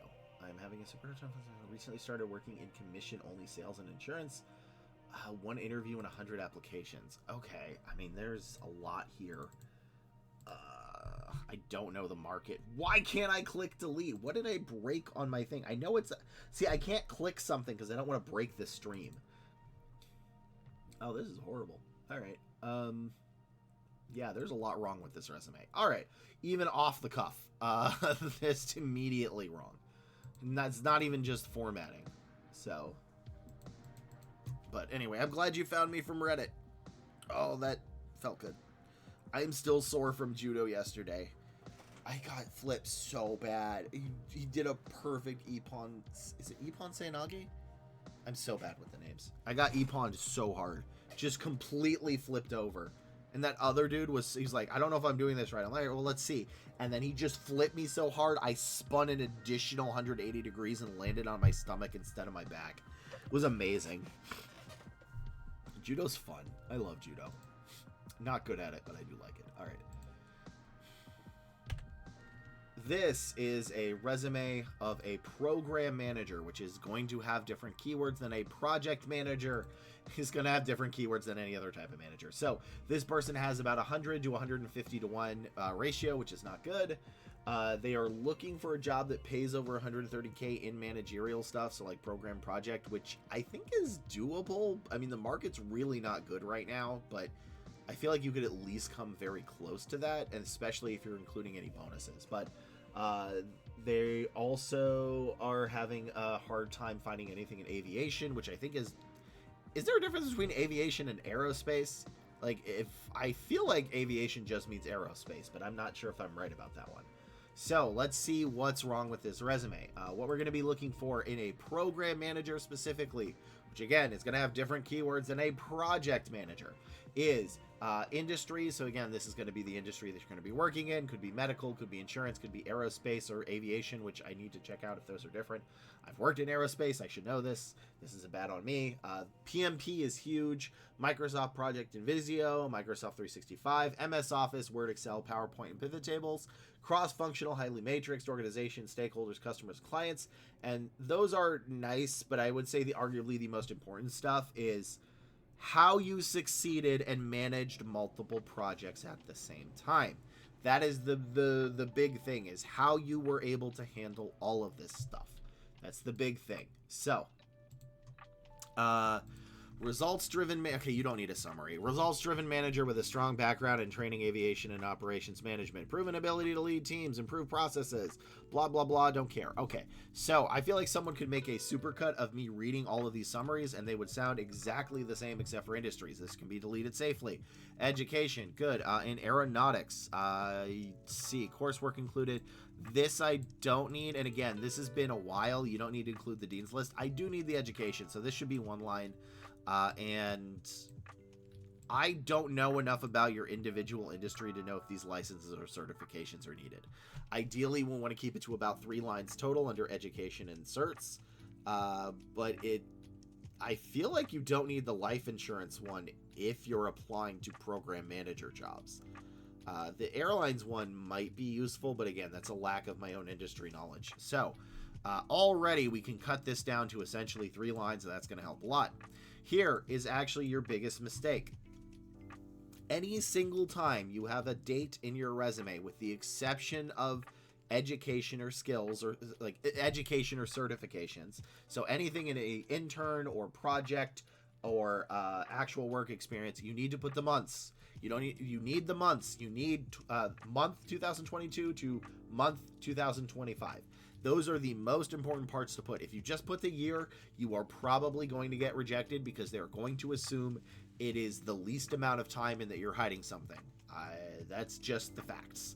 So always, always, always put the month date here anytime in the intern section, the project section, or the individual work experience. So manage and maintain flight and ground training programs for part crew members, ensuring compliance.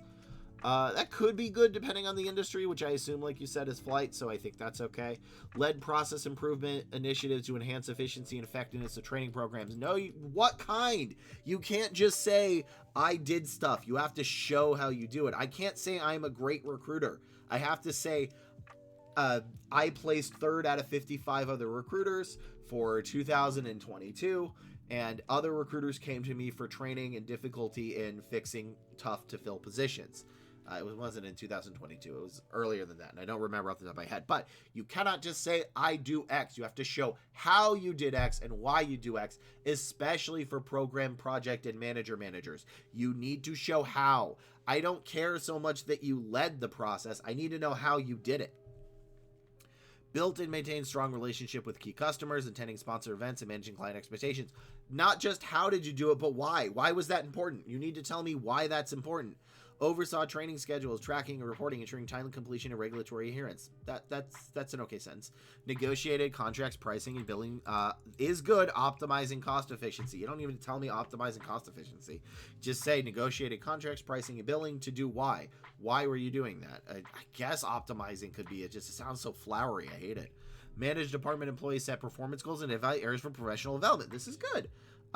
This one is good, but I need to know how many department employees did you manage? This resume has like nothing in it for me. Develop and manage departmental budgets, ensuring financial alignment with company goals. What were the goals? You don't tell me anything. You are telling me, you're not showing me. Collaborative FA, managing compliance with safety and security. This might be industry specific, so maybe that's good.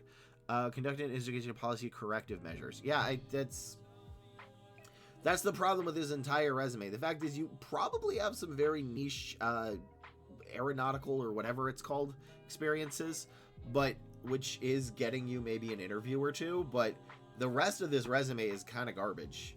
There's not, you cannot just say you manage. How did you do it?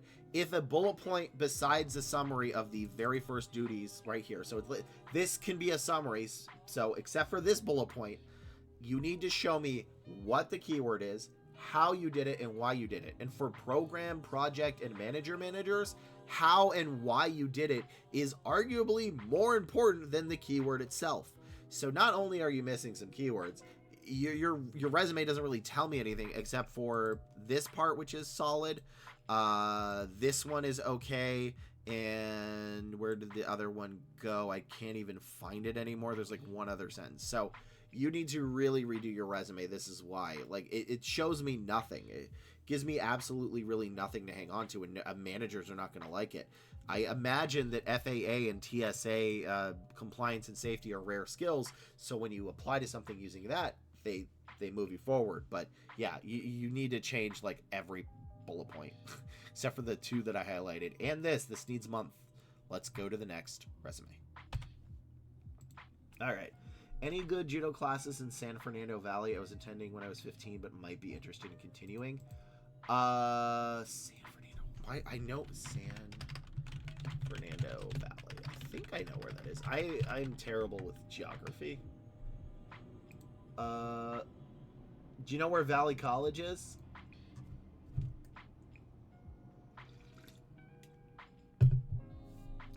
Because Valley College has one of the phenomenal judo program. It's a little more on the sports aspect than the self-defense aspect, but it's really good. That's where I go. I go to Valley College with that, and that's my only class, but because I already graduated. But it's got really good judo teachers. So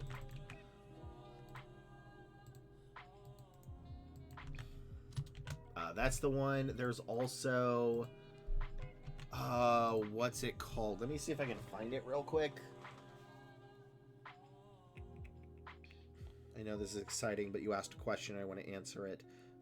Is it, where was the judo place that I think this is it.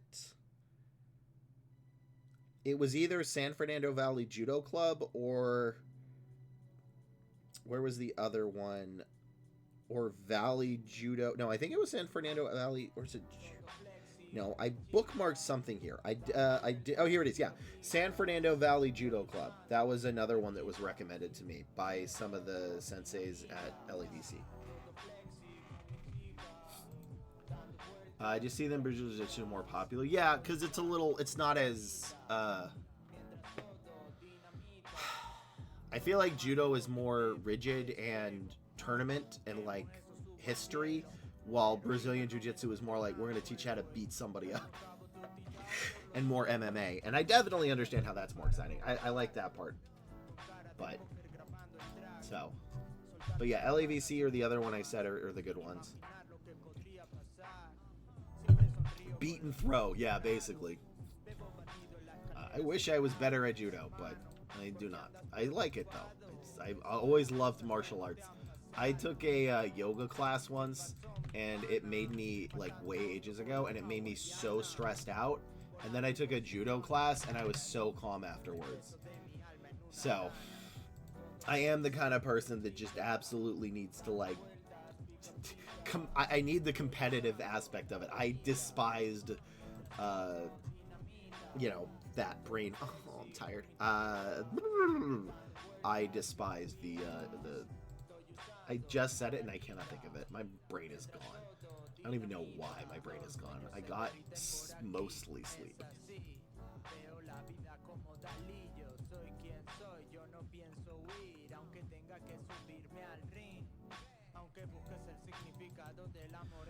Okay.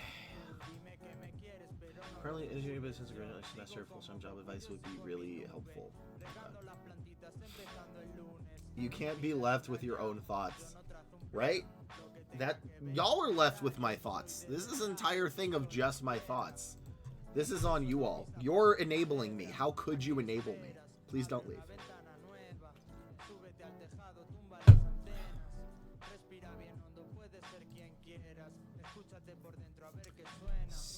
So I think this is going to be a quick one because I don't know much else about this.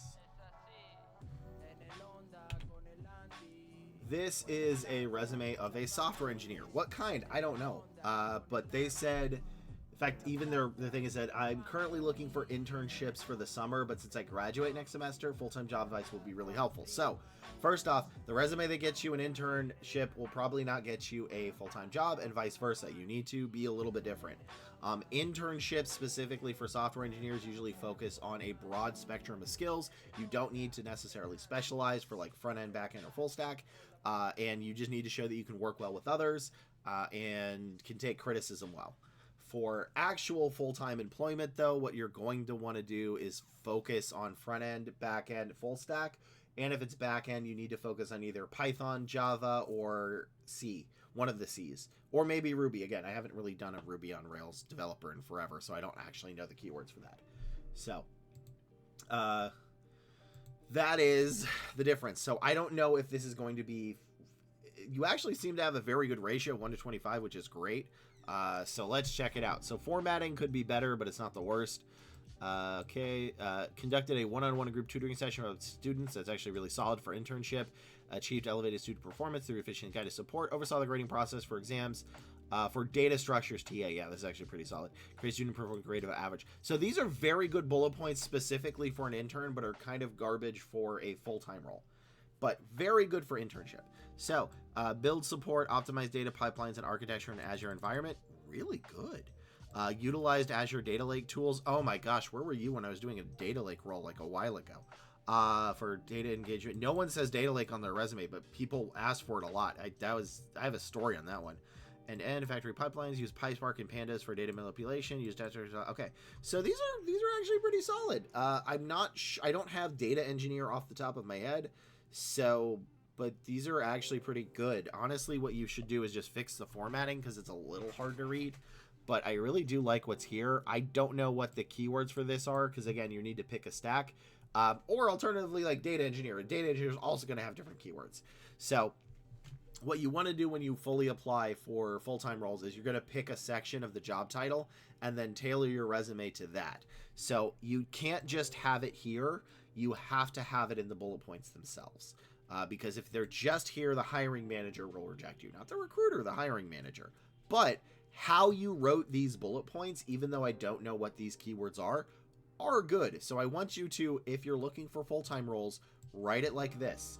This is how you write it. This is really solid. This, on the other hand, is how you would write specifically an intern. So if you want to have a good internship, you do this. If you want to have a good actual full-time, you do this. So even though the formatting's off, this is a really good resume. Also, you don't need to say for full-time roles when you started, only that you graduated. So just switch it to this format and you'll have even more luck. But overall, I really do like it. Because again, I would rather have better bullet points than better formatting. Hopefully you have both, but I would always pick a better content than formatting, because the formatting's only purpose is to specifically make the rest of it shine so that we can see what we're looking for.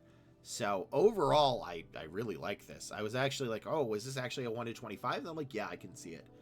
So these are phenomenal for interns, and these are really good for full-time. I don't know if those are the exact keywords they'd want for data engineer. Do I have that saved? Let me actually check. I do actually have that saved.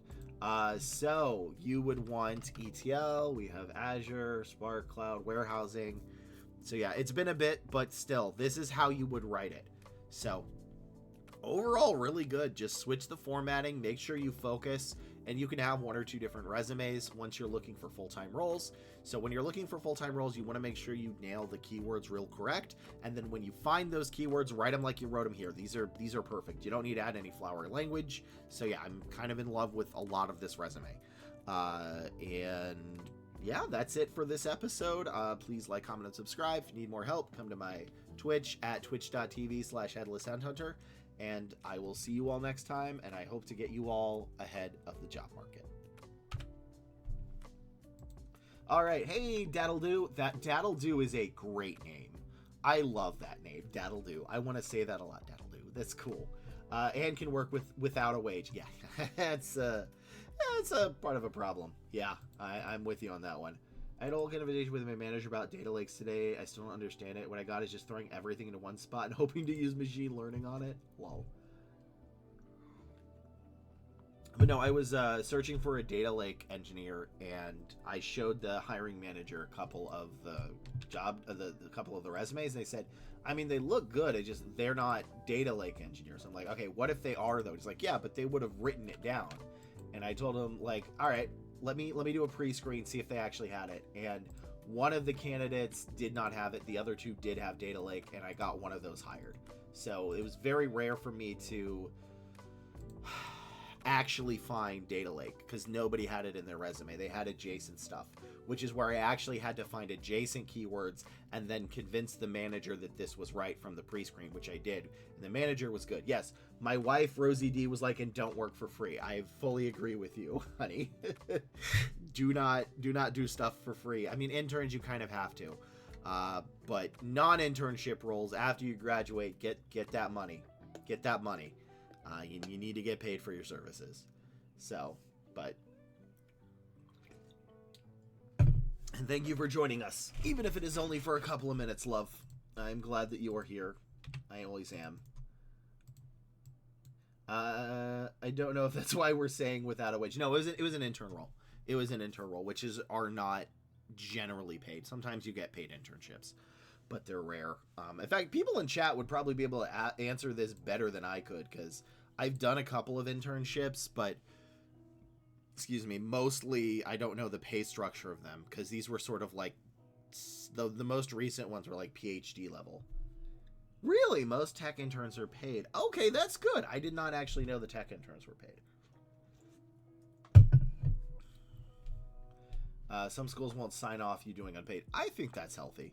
Oh yeah, unpaid internships are a scam. Yeah, pretty much. Honey, if you're going to go off on it, you can go off on it. Why is my delete key working here but not there? Anonymous cool guy. Heck yeah, bro. All right, that was 1365M, and the other is 136. 1365. Okay. Yeah, I did not do a lot of reviews Monday and Tuesday.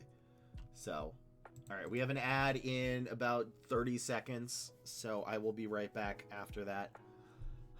I don't know why my mind is gone. I'm so tired.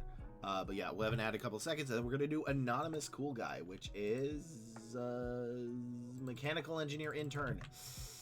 Oh, man, I haven't done one of those in a while. Okay, well, let's see if we can't find it.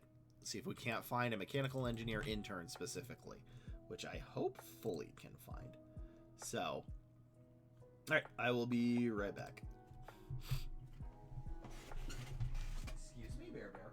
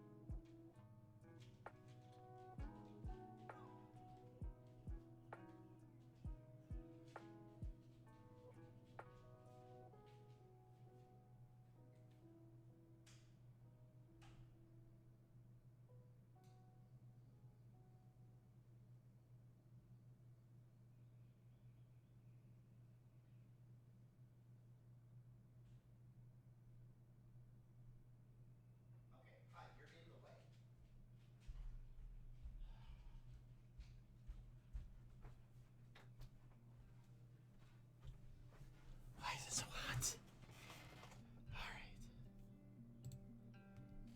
Alright. Okay, intern.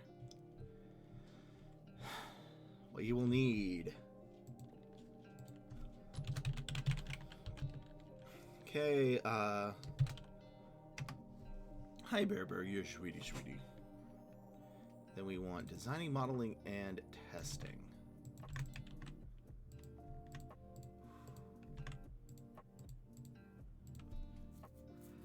CAD. You know what? Let's do this. CAD is definitely gonna be them. FEA.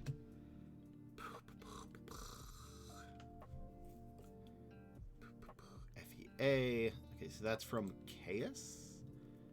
Why are they all so? Naturally, AutoCAD, SolidWorks. CAD/AutoCAD.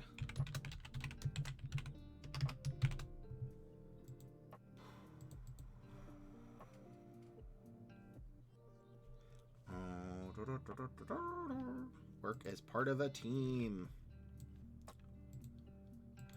Let's see. How you worked as a team? No, what's it? Come on, Lee. You know this. You made this. Right. Work as a team. Work as a team. Get along well with. So that was it. Take criticism and can work in a team, not lead. It's very specific. Specific. Drafting, dimensioning, and tolerance. Okay, there's a lot of options here. Well, not really, because there's like 310, which isn't a ton. But let's see, you have that. Oh, SolidWorks. I was missing. No, I have SolidWorks. So let's do this over here. Okay. Also, the reason why SOE interns are not unpaid is because it costs more to onboard an intern than pay them.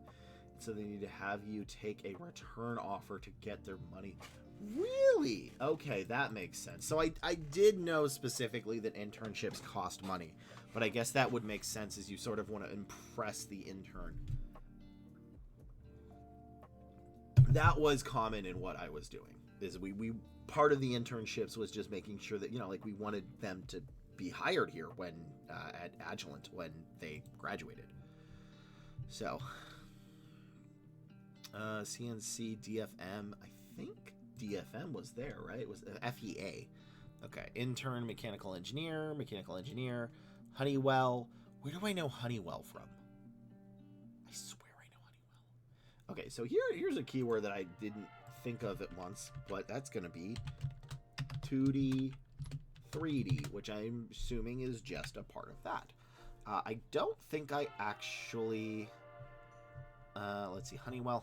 Let's do Amatec or Motion. Let's do Motion. Must be MS. Here we go. Every single time.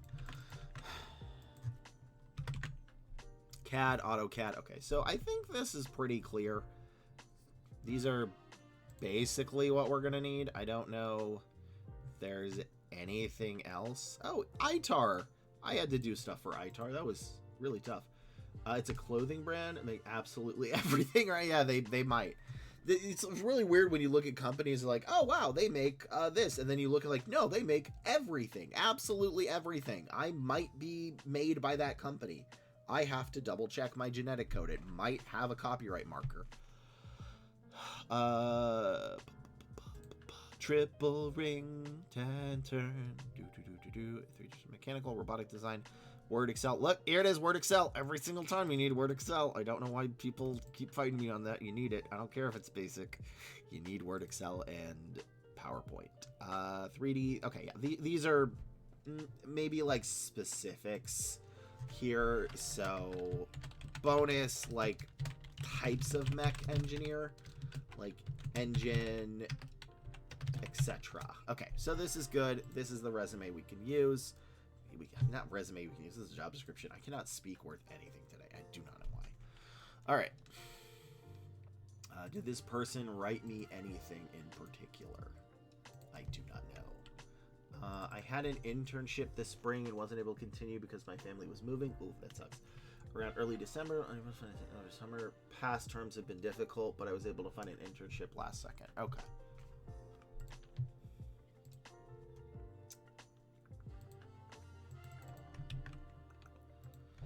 Doing my intro. It also makes it hard to boycott a company sometimes if they make everything. So, let's review this.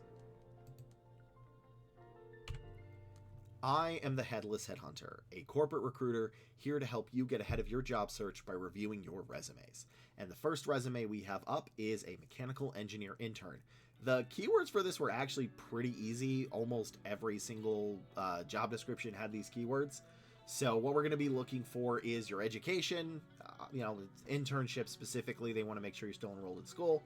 CAD, AutoCAD, both work. Ideally, if you could put both in, but either one is fine. SolidWorks, 2D, 3D, FEA, designing, modeling, simulations, and testing. And here is arguably very important, which a lot of interns miss, is taking criticism and can work in a team.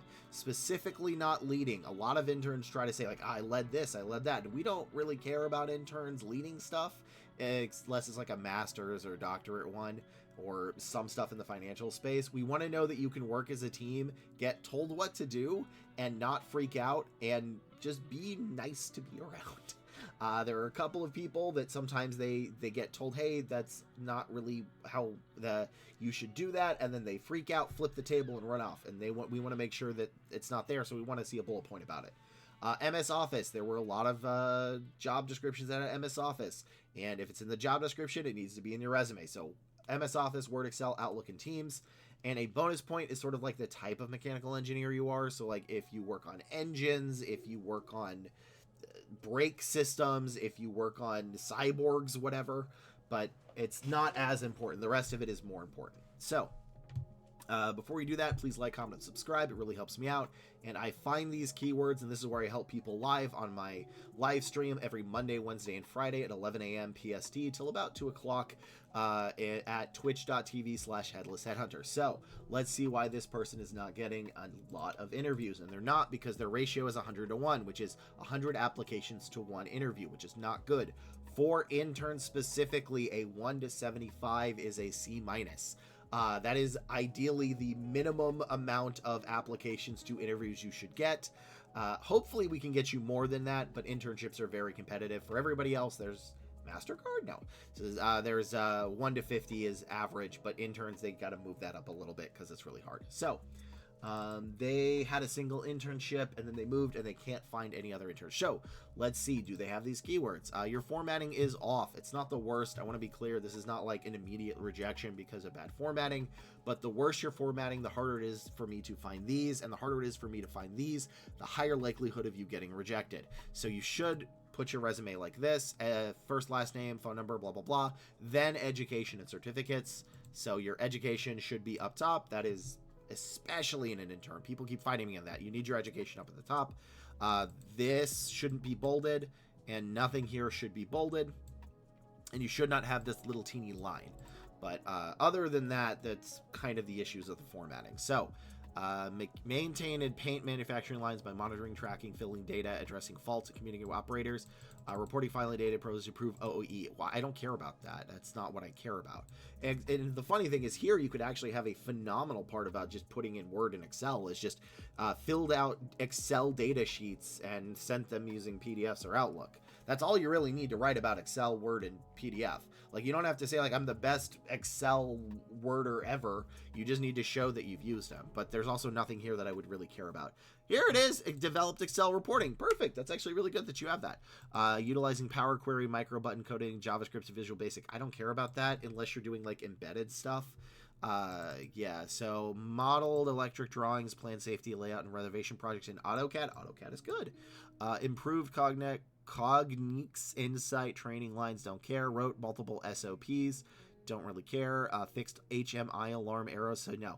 So the biggest problem with this is you do have a couple of keywords, which is good, but you don't need all of these. I want to be clear. People think like, oh, if you don't have every single keyword, you're going to get rejected. And that's absolutely not the case. You only need about 75%. 75% is about the break point of if a candidate has enough of those, they will move them forward. You really don't need 100%. It's really 75%. That's about it. It's just most candidates don't put those in their resume. So my problem with this is, while you do have a couple of good keywords, you have AutoCAD, you have Excel, you have a bunch of other stuff I don't really care about. And it's here. So the first thing is, I need to know a little bit about how you did the mechanical part of maintaining the paint lines. So that's a little bit of the industry stuff, but there's a lot of stuff here I don't care about, right? Like, I don't care about Power Query. I don't care about macro buttons coded in JavaScript and Visual Basic, unless you're doing like an embedded thing, but I don't think you were. This is okay, but plant safety layout and renovation projects. But what is improved Cognex Insight Vision training model to recognize faulty buckets? Like, I don't really care about that. Like, if you really look at the job description for the vast majority of internships, it's this. And one of the things I am missing is how you worked as a team. Collaborated with other interns. Okay, here it is. Is this to design? No. You can't just say collaborated. What does collaborated mean? Did that mean you said hi to them and then you worked on your own work solo? I need to know how you took criticism. I need to know how you were told you were wrong and didn't freak out. That's a huge thing for an intern. Like, seriously, it's a huge thing for an intern. And there's too many extraneous keywords, especially when you get mechanical engineering and IT resumes.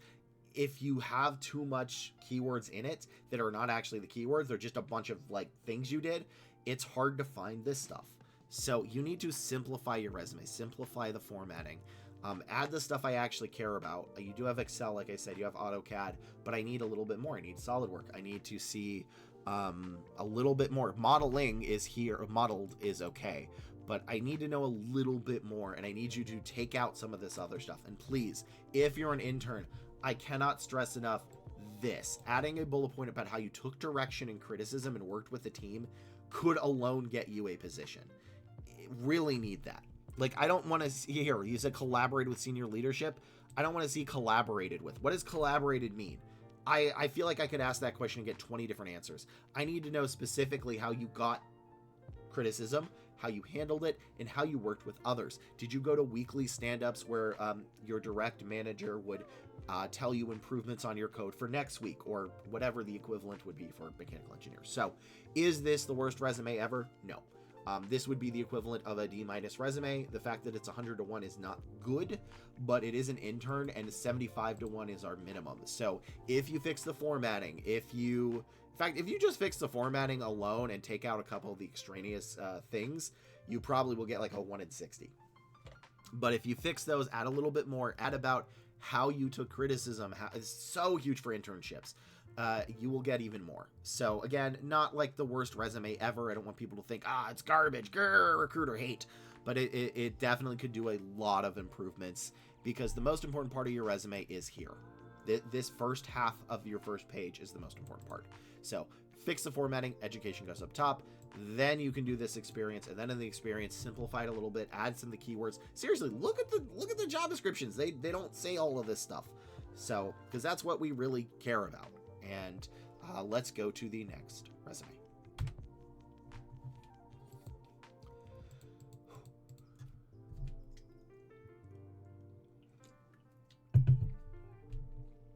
Oh, man.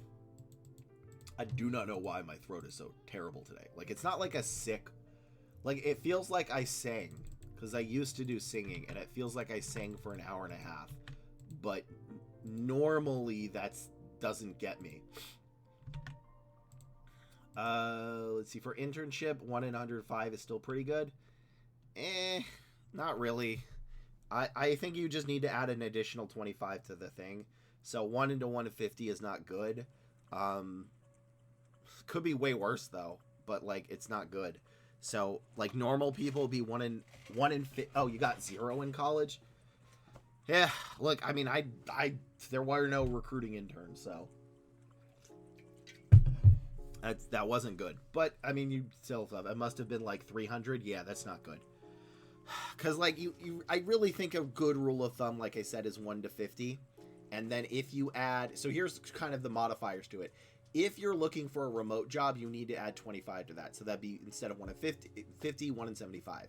If you're looking for an internship, you're going to add another 25. So like, if you were looking specifically for a remote intern, a 1 in 100 ratio would be the equivalent of a C-. That's how I see it.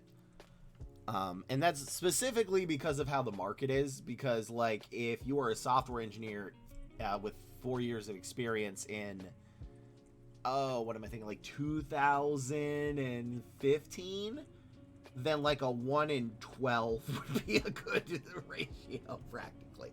Not really that much, but like a 1 in 25 would be a C. So it's only a rule of thumb just to see if your resume needs to be tweaked or not. Because there's so many different things that could affect that ratio. And I can't like make here's a giant list of all the things, here's what your ratio would be, because then they could have a dearth of that amount of people and then immediately you need more of them. So, but on average, 1 to 50 is a C-, passes but barely, and then if you add remote or intern, you add 25 each to those. But if you're on a visa, then you need to add 3 times as many. The visa candidates are extra screwed. I wish that wasn't the case, but it just is. Oh, we just got a 1 in 150 right now.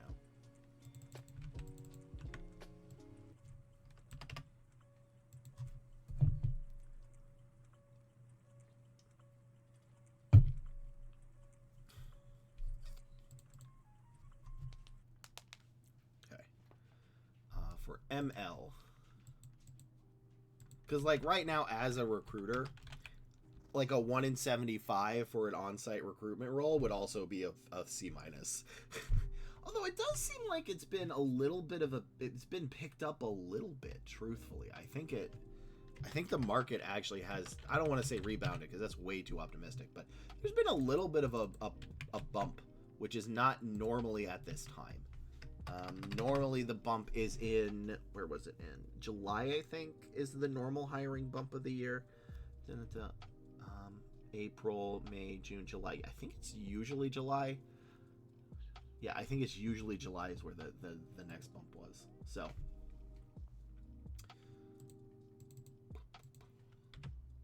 Right, I can't press delete. This is bugging me. All right. Oh, wow, I went through so many resumes. I'm on a roll today. Because I was not on a roll the previous 2 days. I got like 2 resumes done. Anything else? No, they said. I am graduating student intending to get some form of professional experience for research, unpaid interns, career service. Could not find anything. I sent roughly 200 ops to no avail. I would like to see what recruiting they're going through my resume. Okay.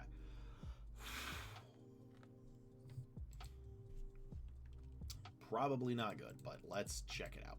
So. This is a resume of a machine learning software engineer. This person has sent over 200 job applications and not gotten anything back. So I'm assuming something is wrong with the resume, which I want to be clear. Every advice I give, there could always be like an exception depending on the industry. The one advice that is if you don't do this, you will not get interviews that I can think of across every industry, every experience level is double check your email and phone number for the love of all that is holy.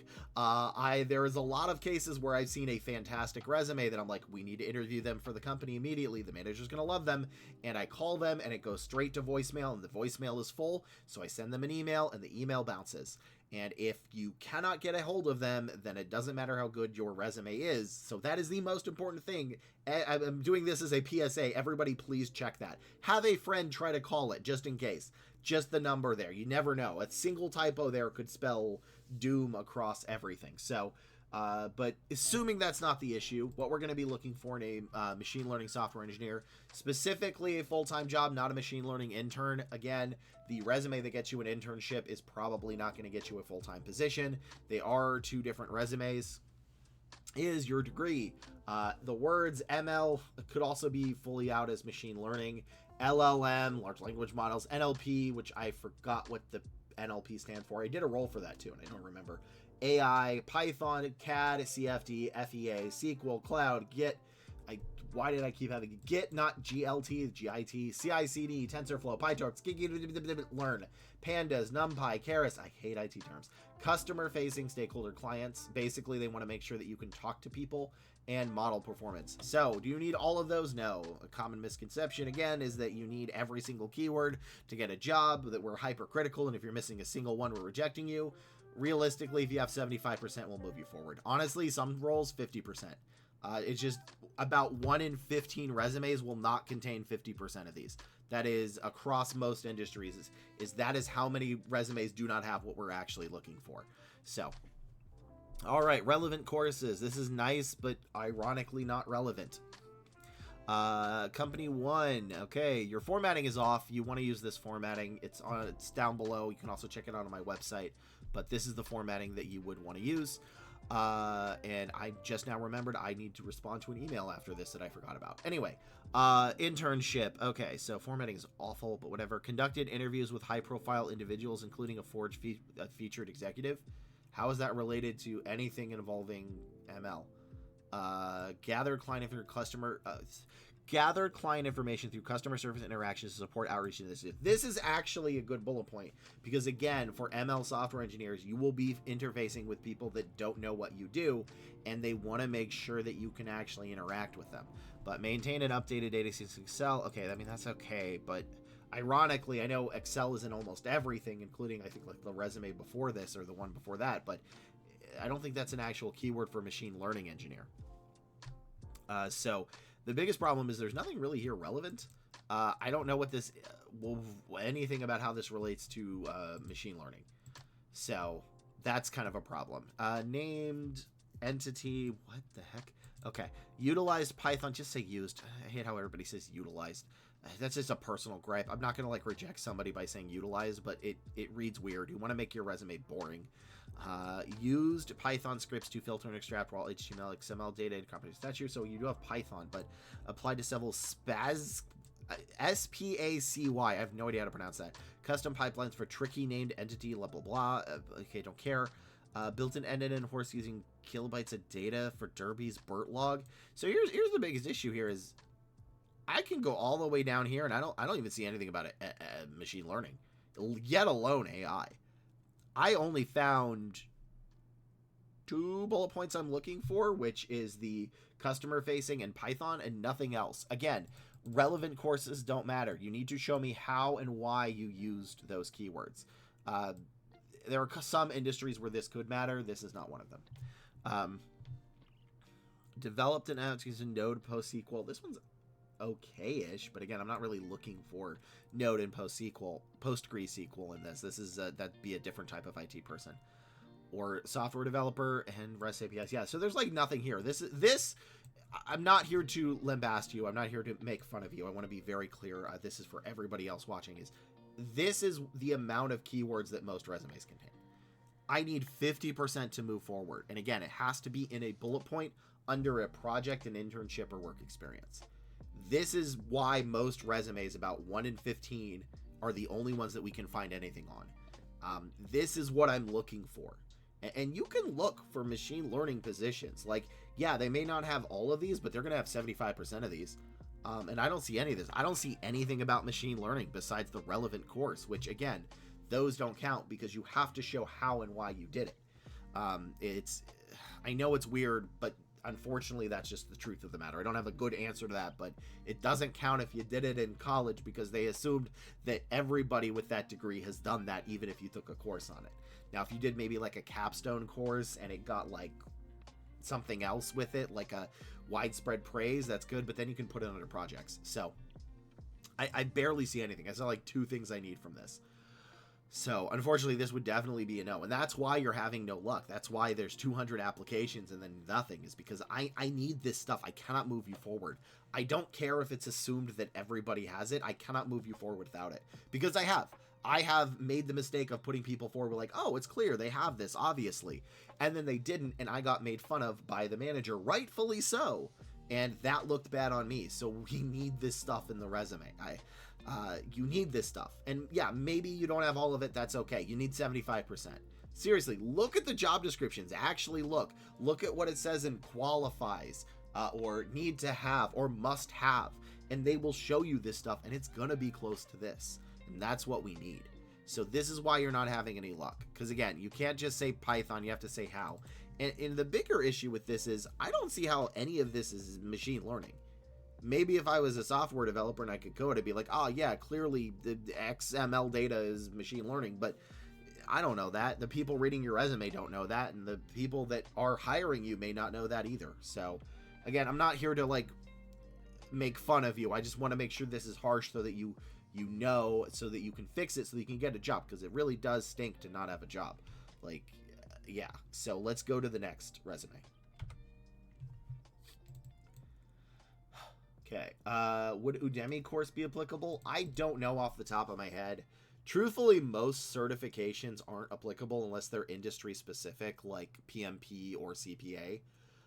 It could be like in lieu of experience, but experience would always be more. I don't think I've seen yeah, it's got to be very specific. But if people want to know what most resumes look like, this right here, I think, is the perfect example of what most resumes look like. Except most resumes have worse formatting. The formatting of this is not actually awful, but this is what the competition is. And I don't want to be that mean to this person, but this is about average. I would say almost every resume actually looks close to like this. With the amount of keywords. Like you do the online video courses, React course, you get a cert. Yeah, I don't. So here's the thing with that. The recruiter or the hiring manager or both needs to know that that's an important certification. So in lieu of experience, it could work, but experience looks better. So you need to first off make sure they know that that is a like legitimate course and it's not just like you got it off of Billy Bob in the alley behind the Chick-fil-A. I think I found out that I'm very hungry right now. I'm usually hungry at this time. Okay, it's not an actual cert. Yeah, that's kind of the thing is the thing with certs, unless it's an industry wanted like PMP or CPA, you have to convince the reader that it's important. And that's the issue. Can you convince them that an Udemy cert is important? If a manager saw that, would they be impressed? If a recruiter saw that, would they? Do you have an official ADO cert for something? That might be impressive. Again, it's very hard because typically certs aren't that helpful, but there are industries where it's very helpful. It's usually a case, honestly, I found of certifications being helpful of when they are industry required, like I said, CPA, PMP, I think CompTI for some of them, but not all of them. Nursing, that kind of thing. But like if you just have an AWS cert, I don't know if that's that important. Like if you don't have any AWS experience and you're applying for an entry-level role, maybe. But then again, the person who is reviewing your resume needs to know specifically that that's important. Okay. Because it's the person that is reading your resume which is the most important part. Can the person reading that know? And I don't know the answer to that off the top because that's going to vary.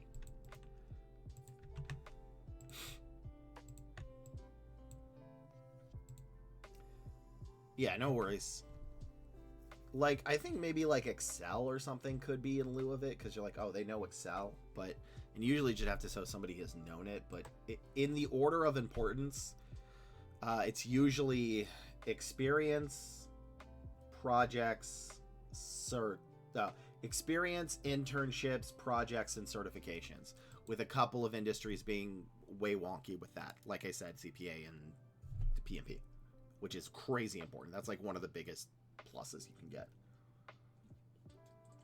Basically, industry specific, job specific, which is most of the advice that I give. All right, this is an embedded. Oh, please tell me I saved the embedded one. Why did I not save the embedded software? I never save the embedded. This is a new resume I've made, applied about 10 or 15 years on much data. About 80% have been embodied. Essentially would have been firmware. Okay, well, are they intern? Okay, let me do a full stack. My brain is tired. I don't want to have to do a crazy new one towards the tail end of a stream. So this is 1374. Okay, 1374.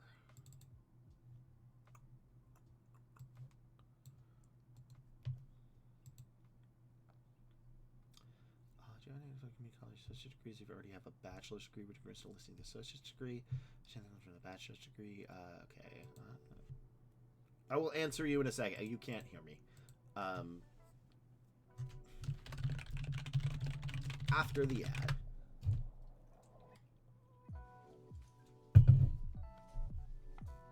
What about personal projects, even with experience, if you're trying to cross to another side? Right, you're here, I can say that. Again, it's sort of the order of importance. Remember, it's like previous work experience will always trump internships, which will always trump projects, which will usually trump certifications. So if you don't have any of that experience and you want to bridge that gap, then yes, projects would be beneficial, because that is the order of importance.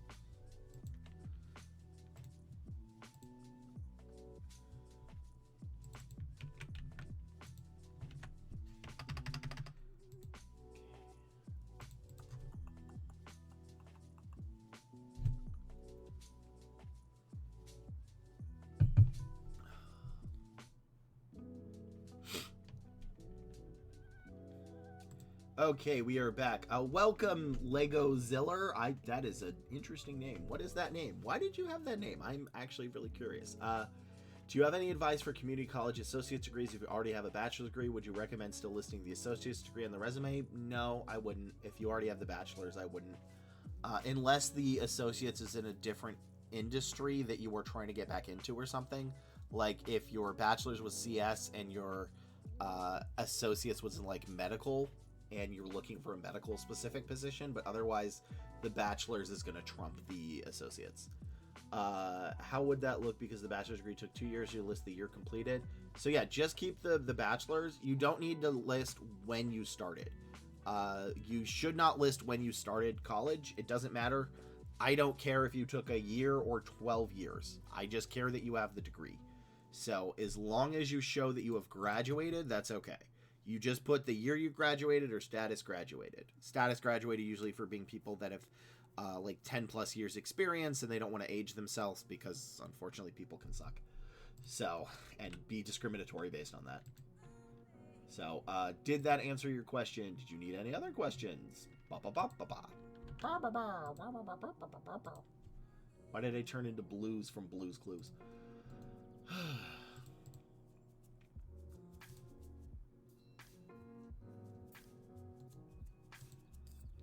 Cool. Yeah, no worries. All right.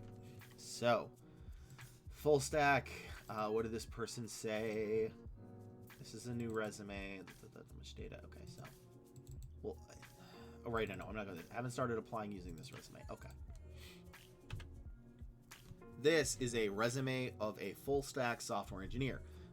We don't know the ratio because they haven't started applying using it. This is so what we're going to be looking for, as per usual, because like there's usually a full stack in every video, is TypeScript, Python, JavaScript, CSS, HTML, Node, Angular, Next.js, MongoDB, SQL, React.js, API, REST, Cloud, Agile, CI/CD, cross-functionally, and bonus points for architecture, extra languages, and Git.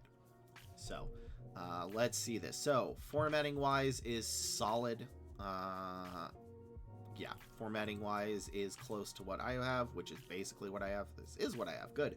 So computer science is fine. Software and operations specialist. Okay, that's a weird title. Developed internal web applications using JavaScript, HTML, CSS. Good. Automate progress note generation and review, improving efficiency for 50 plus providers. Here's the part. Every single person says improving efficiency, and that's not a good thing to say, because like, what did you mean by that? So you don't actually need this section. You can say automate progress note generation and review for our 50 plus providers. You don't have to say improving efficiency. You can just say for our 50 plus providers. What I would like, and do I see this, is like this is where you can also put in cloud in a cloud environment or something, then put AWS, but otherwise that's good. Ideally, I would like TypeScript as well. Built AI-powered tools and custom Excel macros using Python and VBA. So here's the kind of thing is, this is one of the few cases where Excel doesn't matter. I know every other resume, it's like Excel matters, but specifically for software engineering, this one, I don't really care that you've used Excel. AI tools is kind of nice. So Python is good.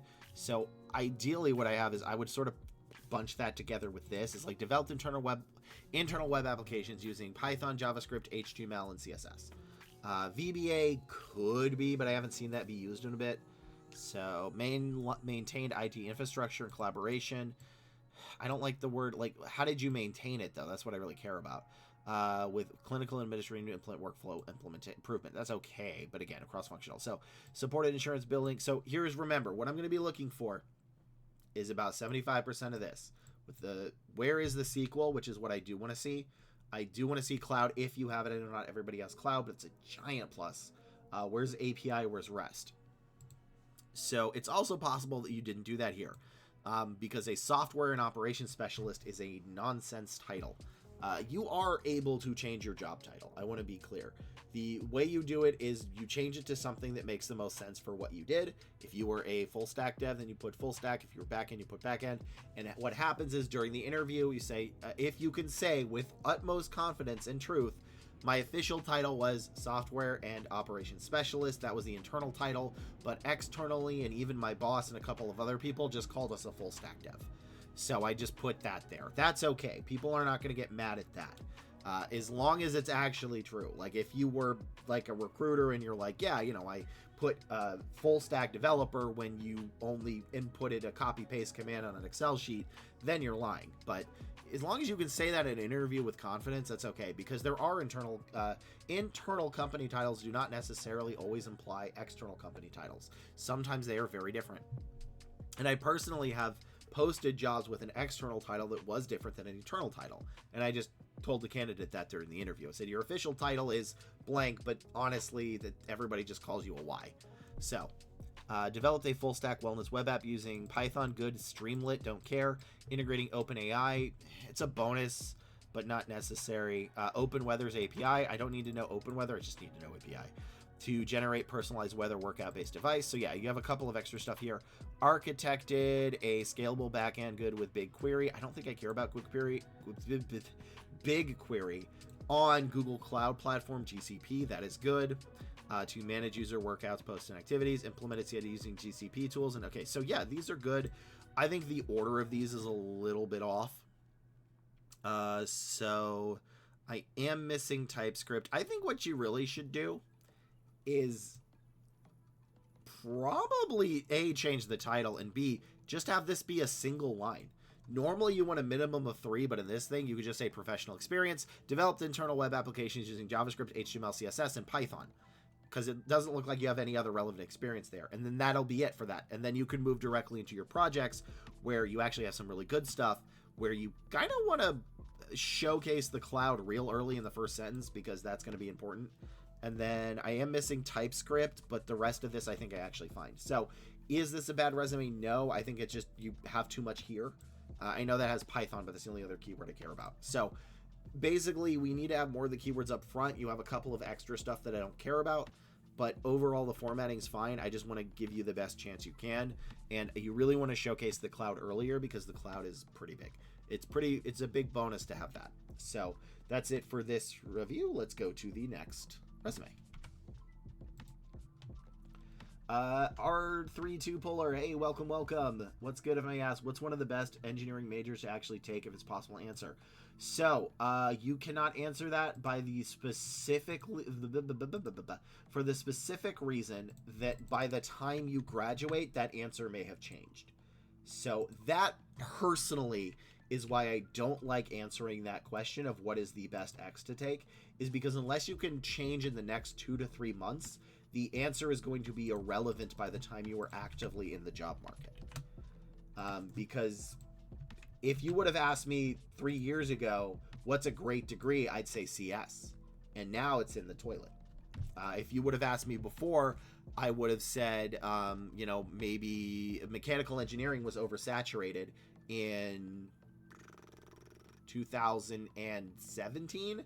And I would say, why would you do that? There's a ton of others. But now mechanical engineering is a comeback. So industries go through cycles. And that's why you really can't answer what is the best X to do, because by the time you graduate, it may already be over. Like, what you actually want to do is you want to graduate in a bad market, or you want to get the degree in something when it's in a bad market, so that by the time you actually graduate, you can hit the good market, because they all go through cycles.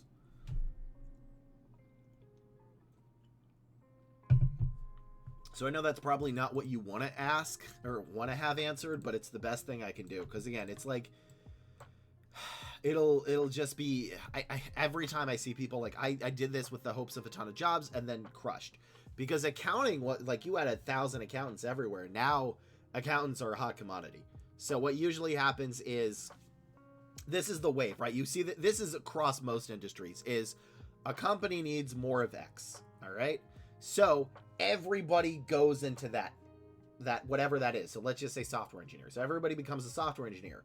And then what happens is, basically they don't need that much anymore. So all of those newbies can't find jobs. So the market goes down. And then 2 to 3 years after that, those companies like, okay, well now we need some software engineers again. But now there's no mid-level developers because all the newbies quit because there's no market.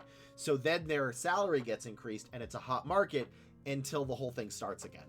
Is it okay to get a low salary for my first job? Yes, 1,000% yes. I have seen personally, this is not just like in recruiting, people I know have not taken entry-level jobs because the salary was a little bit less, and they have been unemployed for like 2 years. The hardest job search of your life, bar none, hardest job search of your life is getting your first 2 years of experience in whatever it is. If you're switching industries, if you're a new grad, it's a nightmare. So do whatever you can to get your first couple of years in. And while you're at that new job, you can keep applying to others. But yes, if they barely paid you, and I really hate saying this, if they paid you an experience, it's still worth it, because after those year or two, then you can command those really good salaries if the market's there, which sometimes it is, sometimes it isn't. But so yeah, like there was a person a couple of days ago on Reddit who was like, you know, I don't know if I should take this job because like I don't want to. It's only 65K or 75K, which seems a little low for the market value. And I was screaming at them like, bro, no, you need to take it. Take what you can get at that level, even if the pay is low, because that low pay will not matter in 2 to 3 years when you get a really good job. And some money is better than no money, to be clear. You really do need the experience. And I wish that wasn't the case. I wish right after graduating we could give you a ton of good jobs, but it's always the hardest to get those. So I am going to raid another channel because I don't really have time to do another resume that's not a full stack, and my voice is getting tired, and this is about the time anyway. So thank you all for joining me. Ask any last minute questions you have. I just want to make sure that I answer them before I raid. But I thank you all for joining me, and I will be here Monday. But yeah, definitely do not, whatever you do, just take your first job what you can get. Take your first job for what you can get. It's crazy important. So let's see who we're rating. I rated non-codes a little bit ago.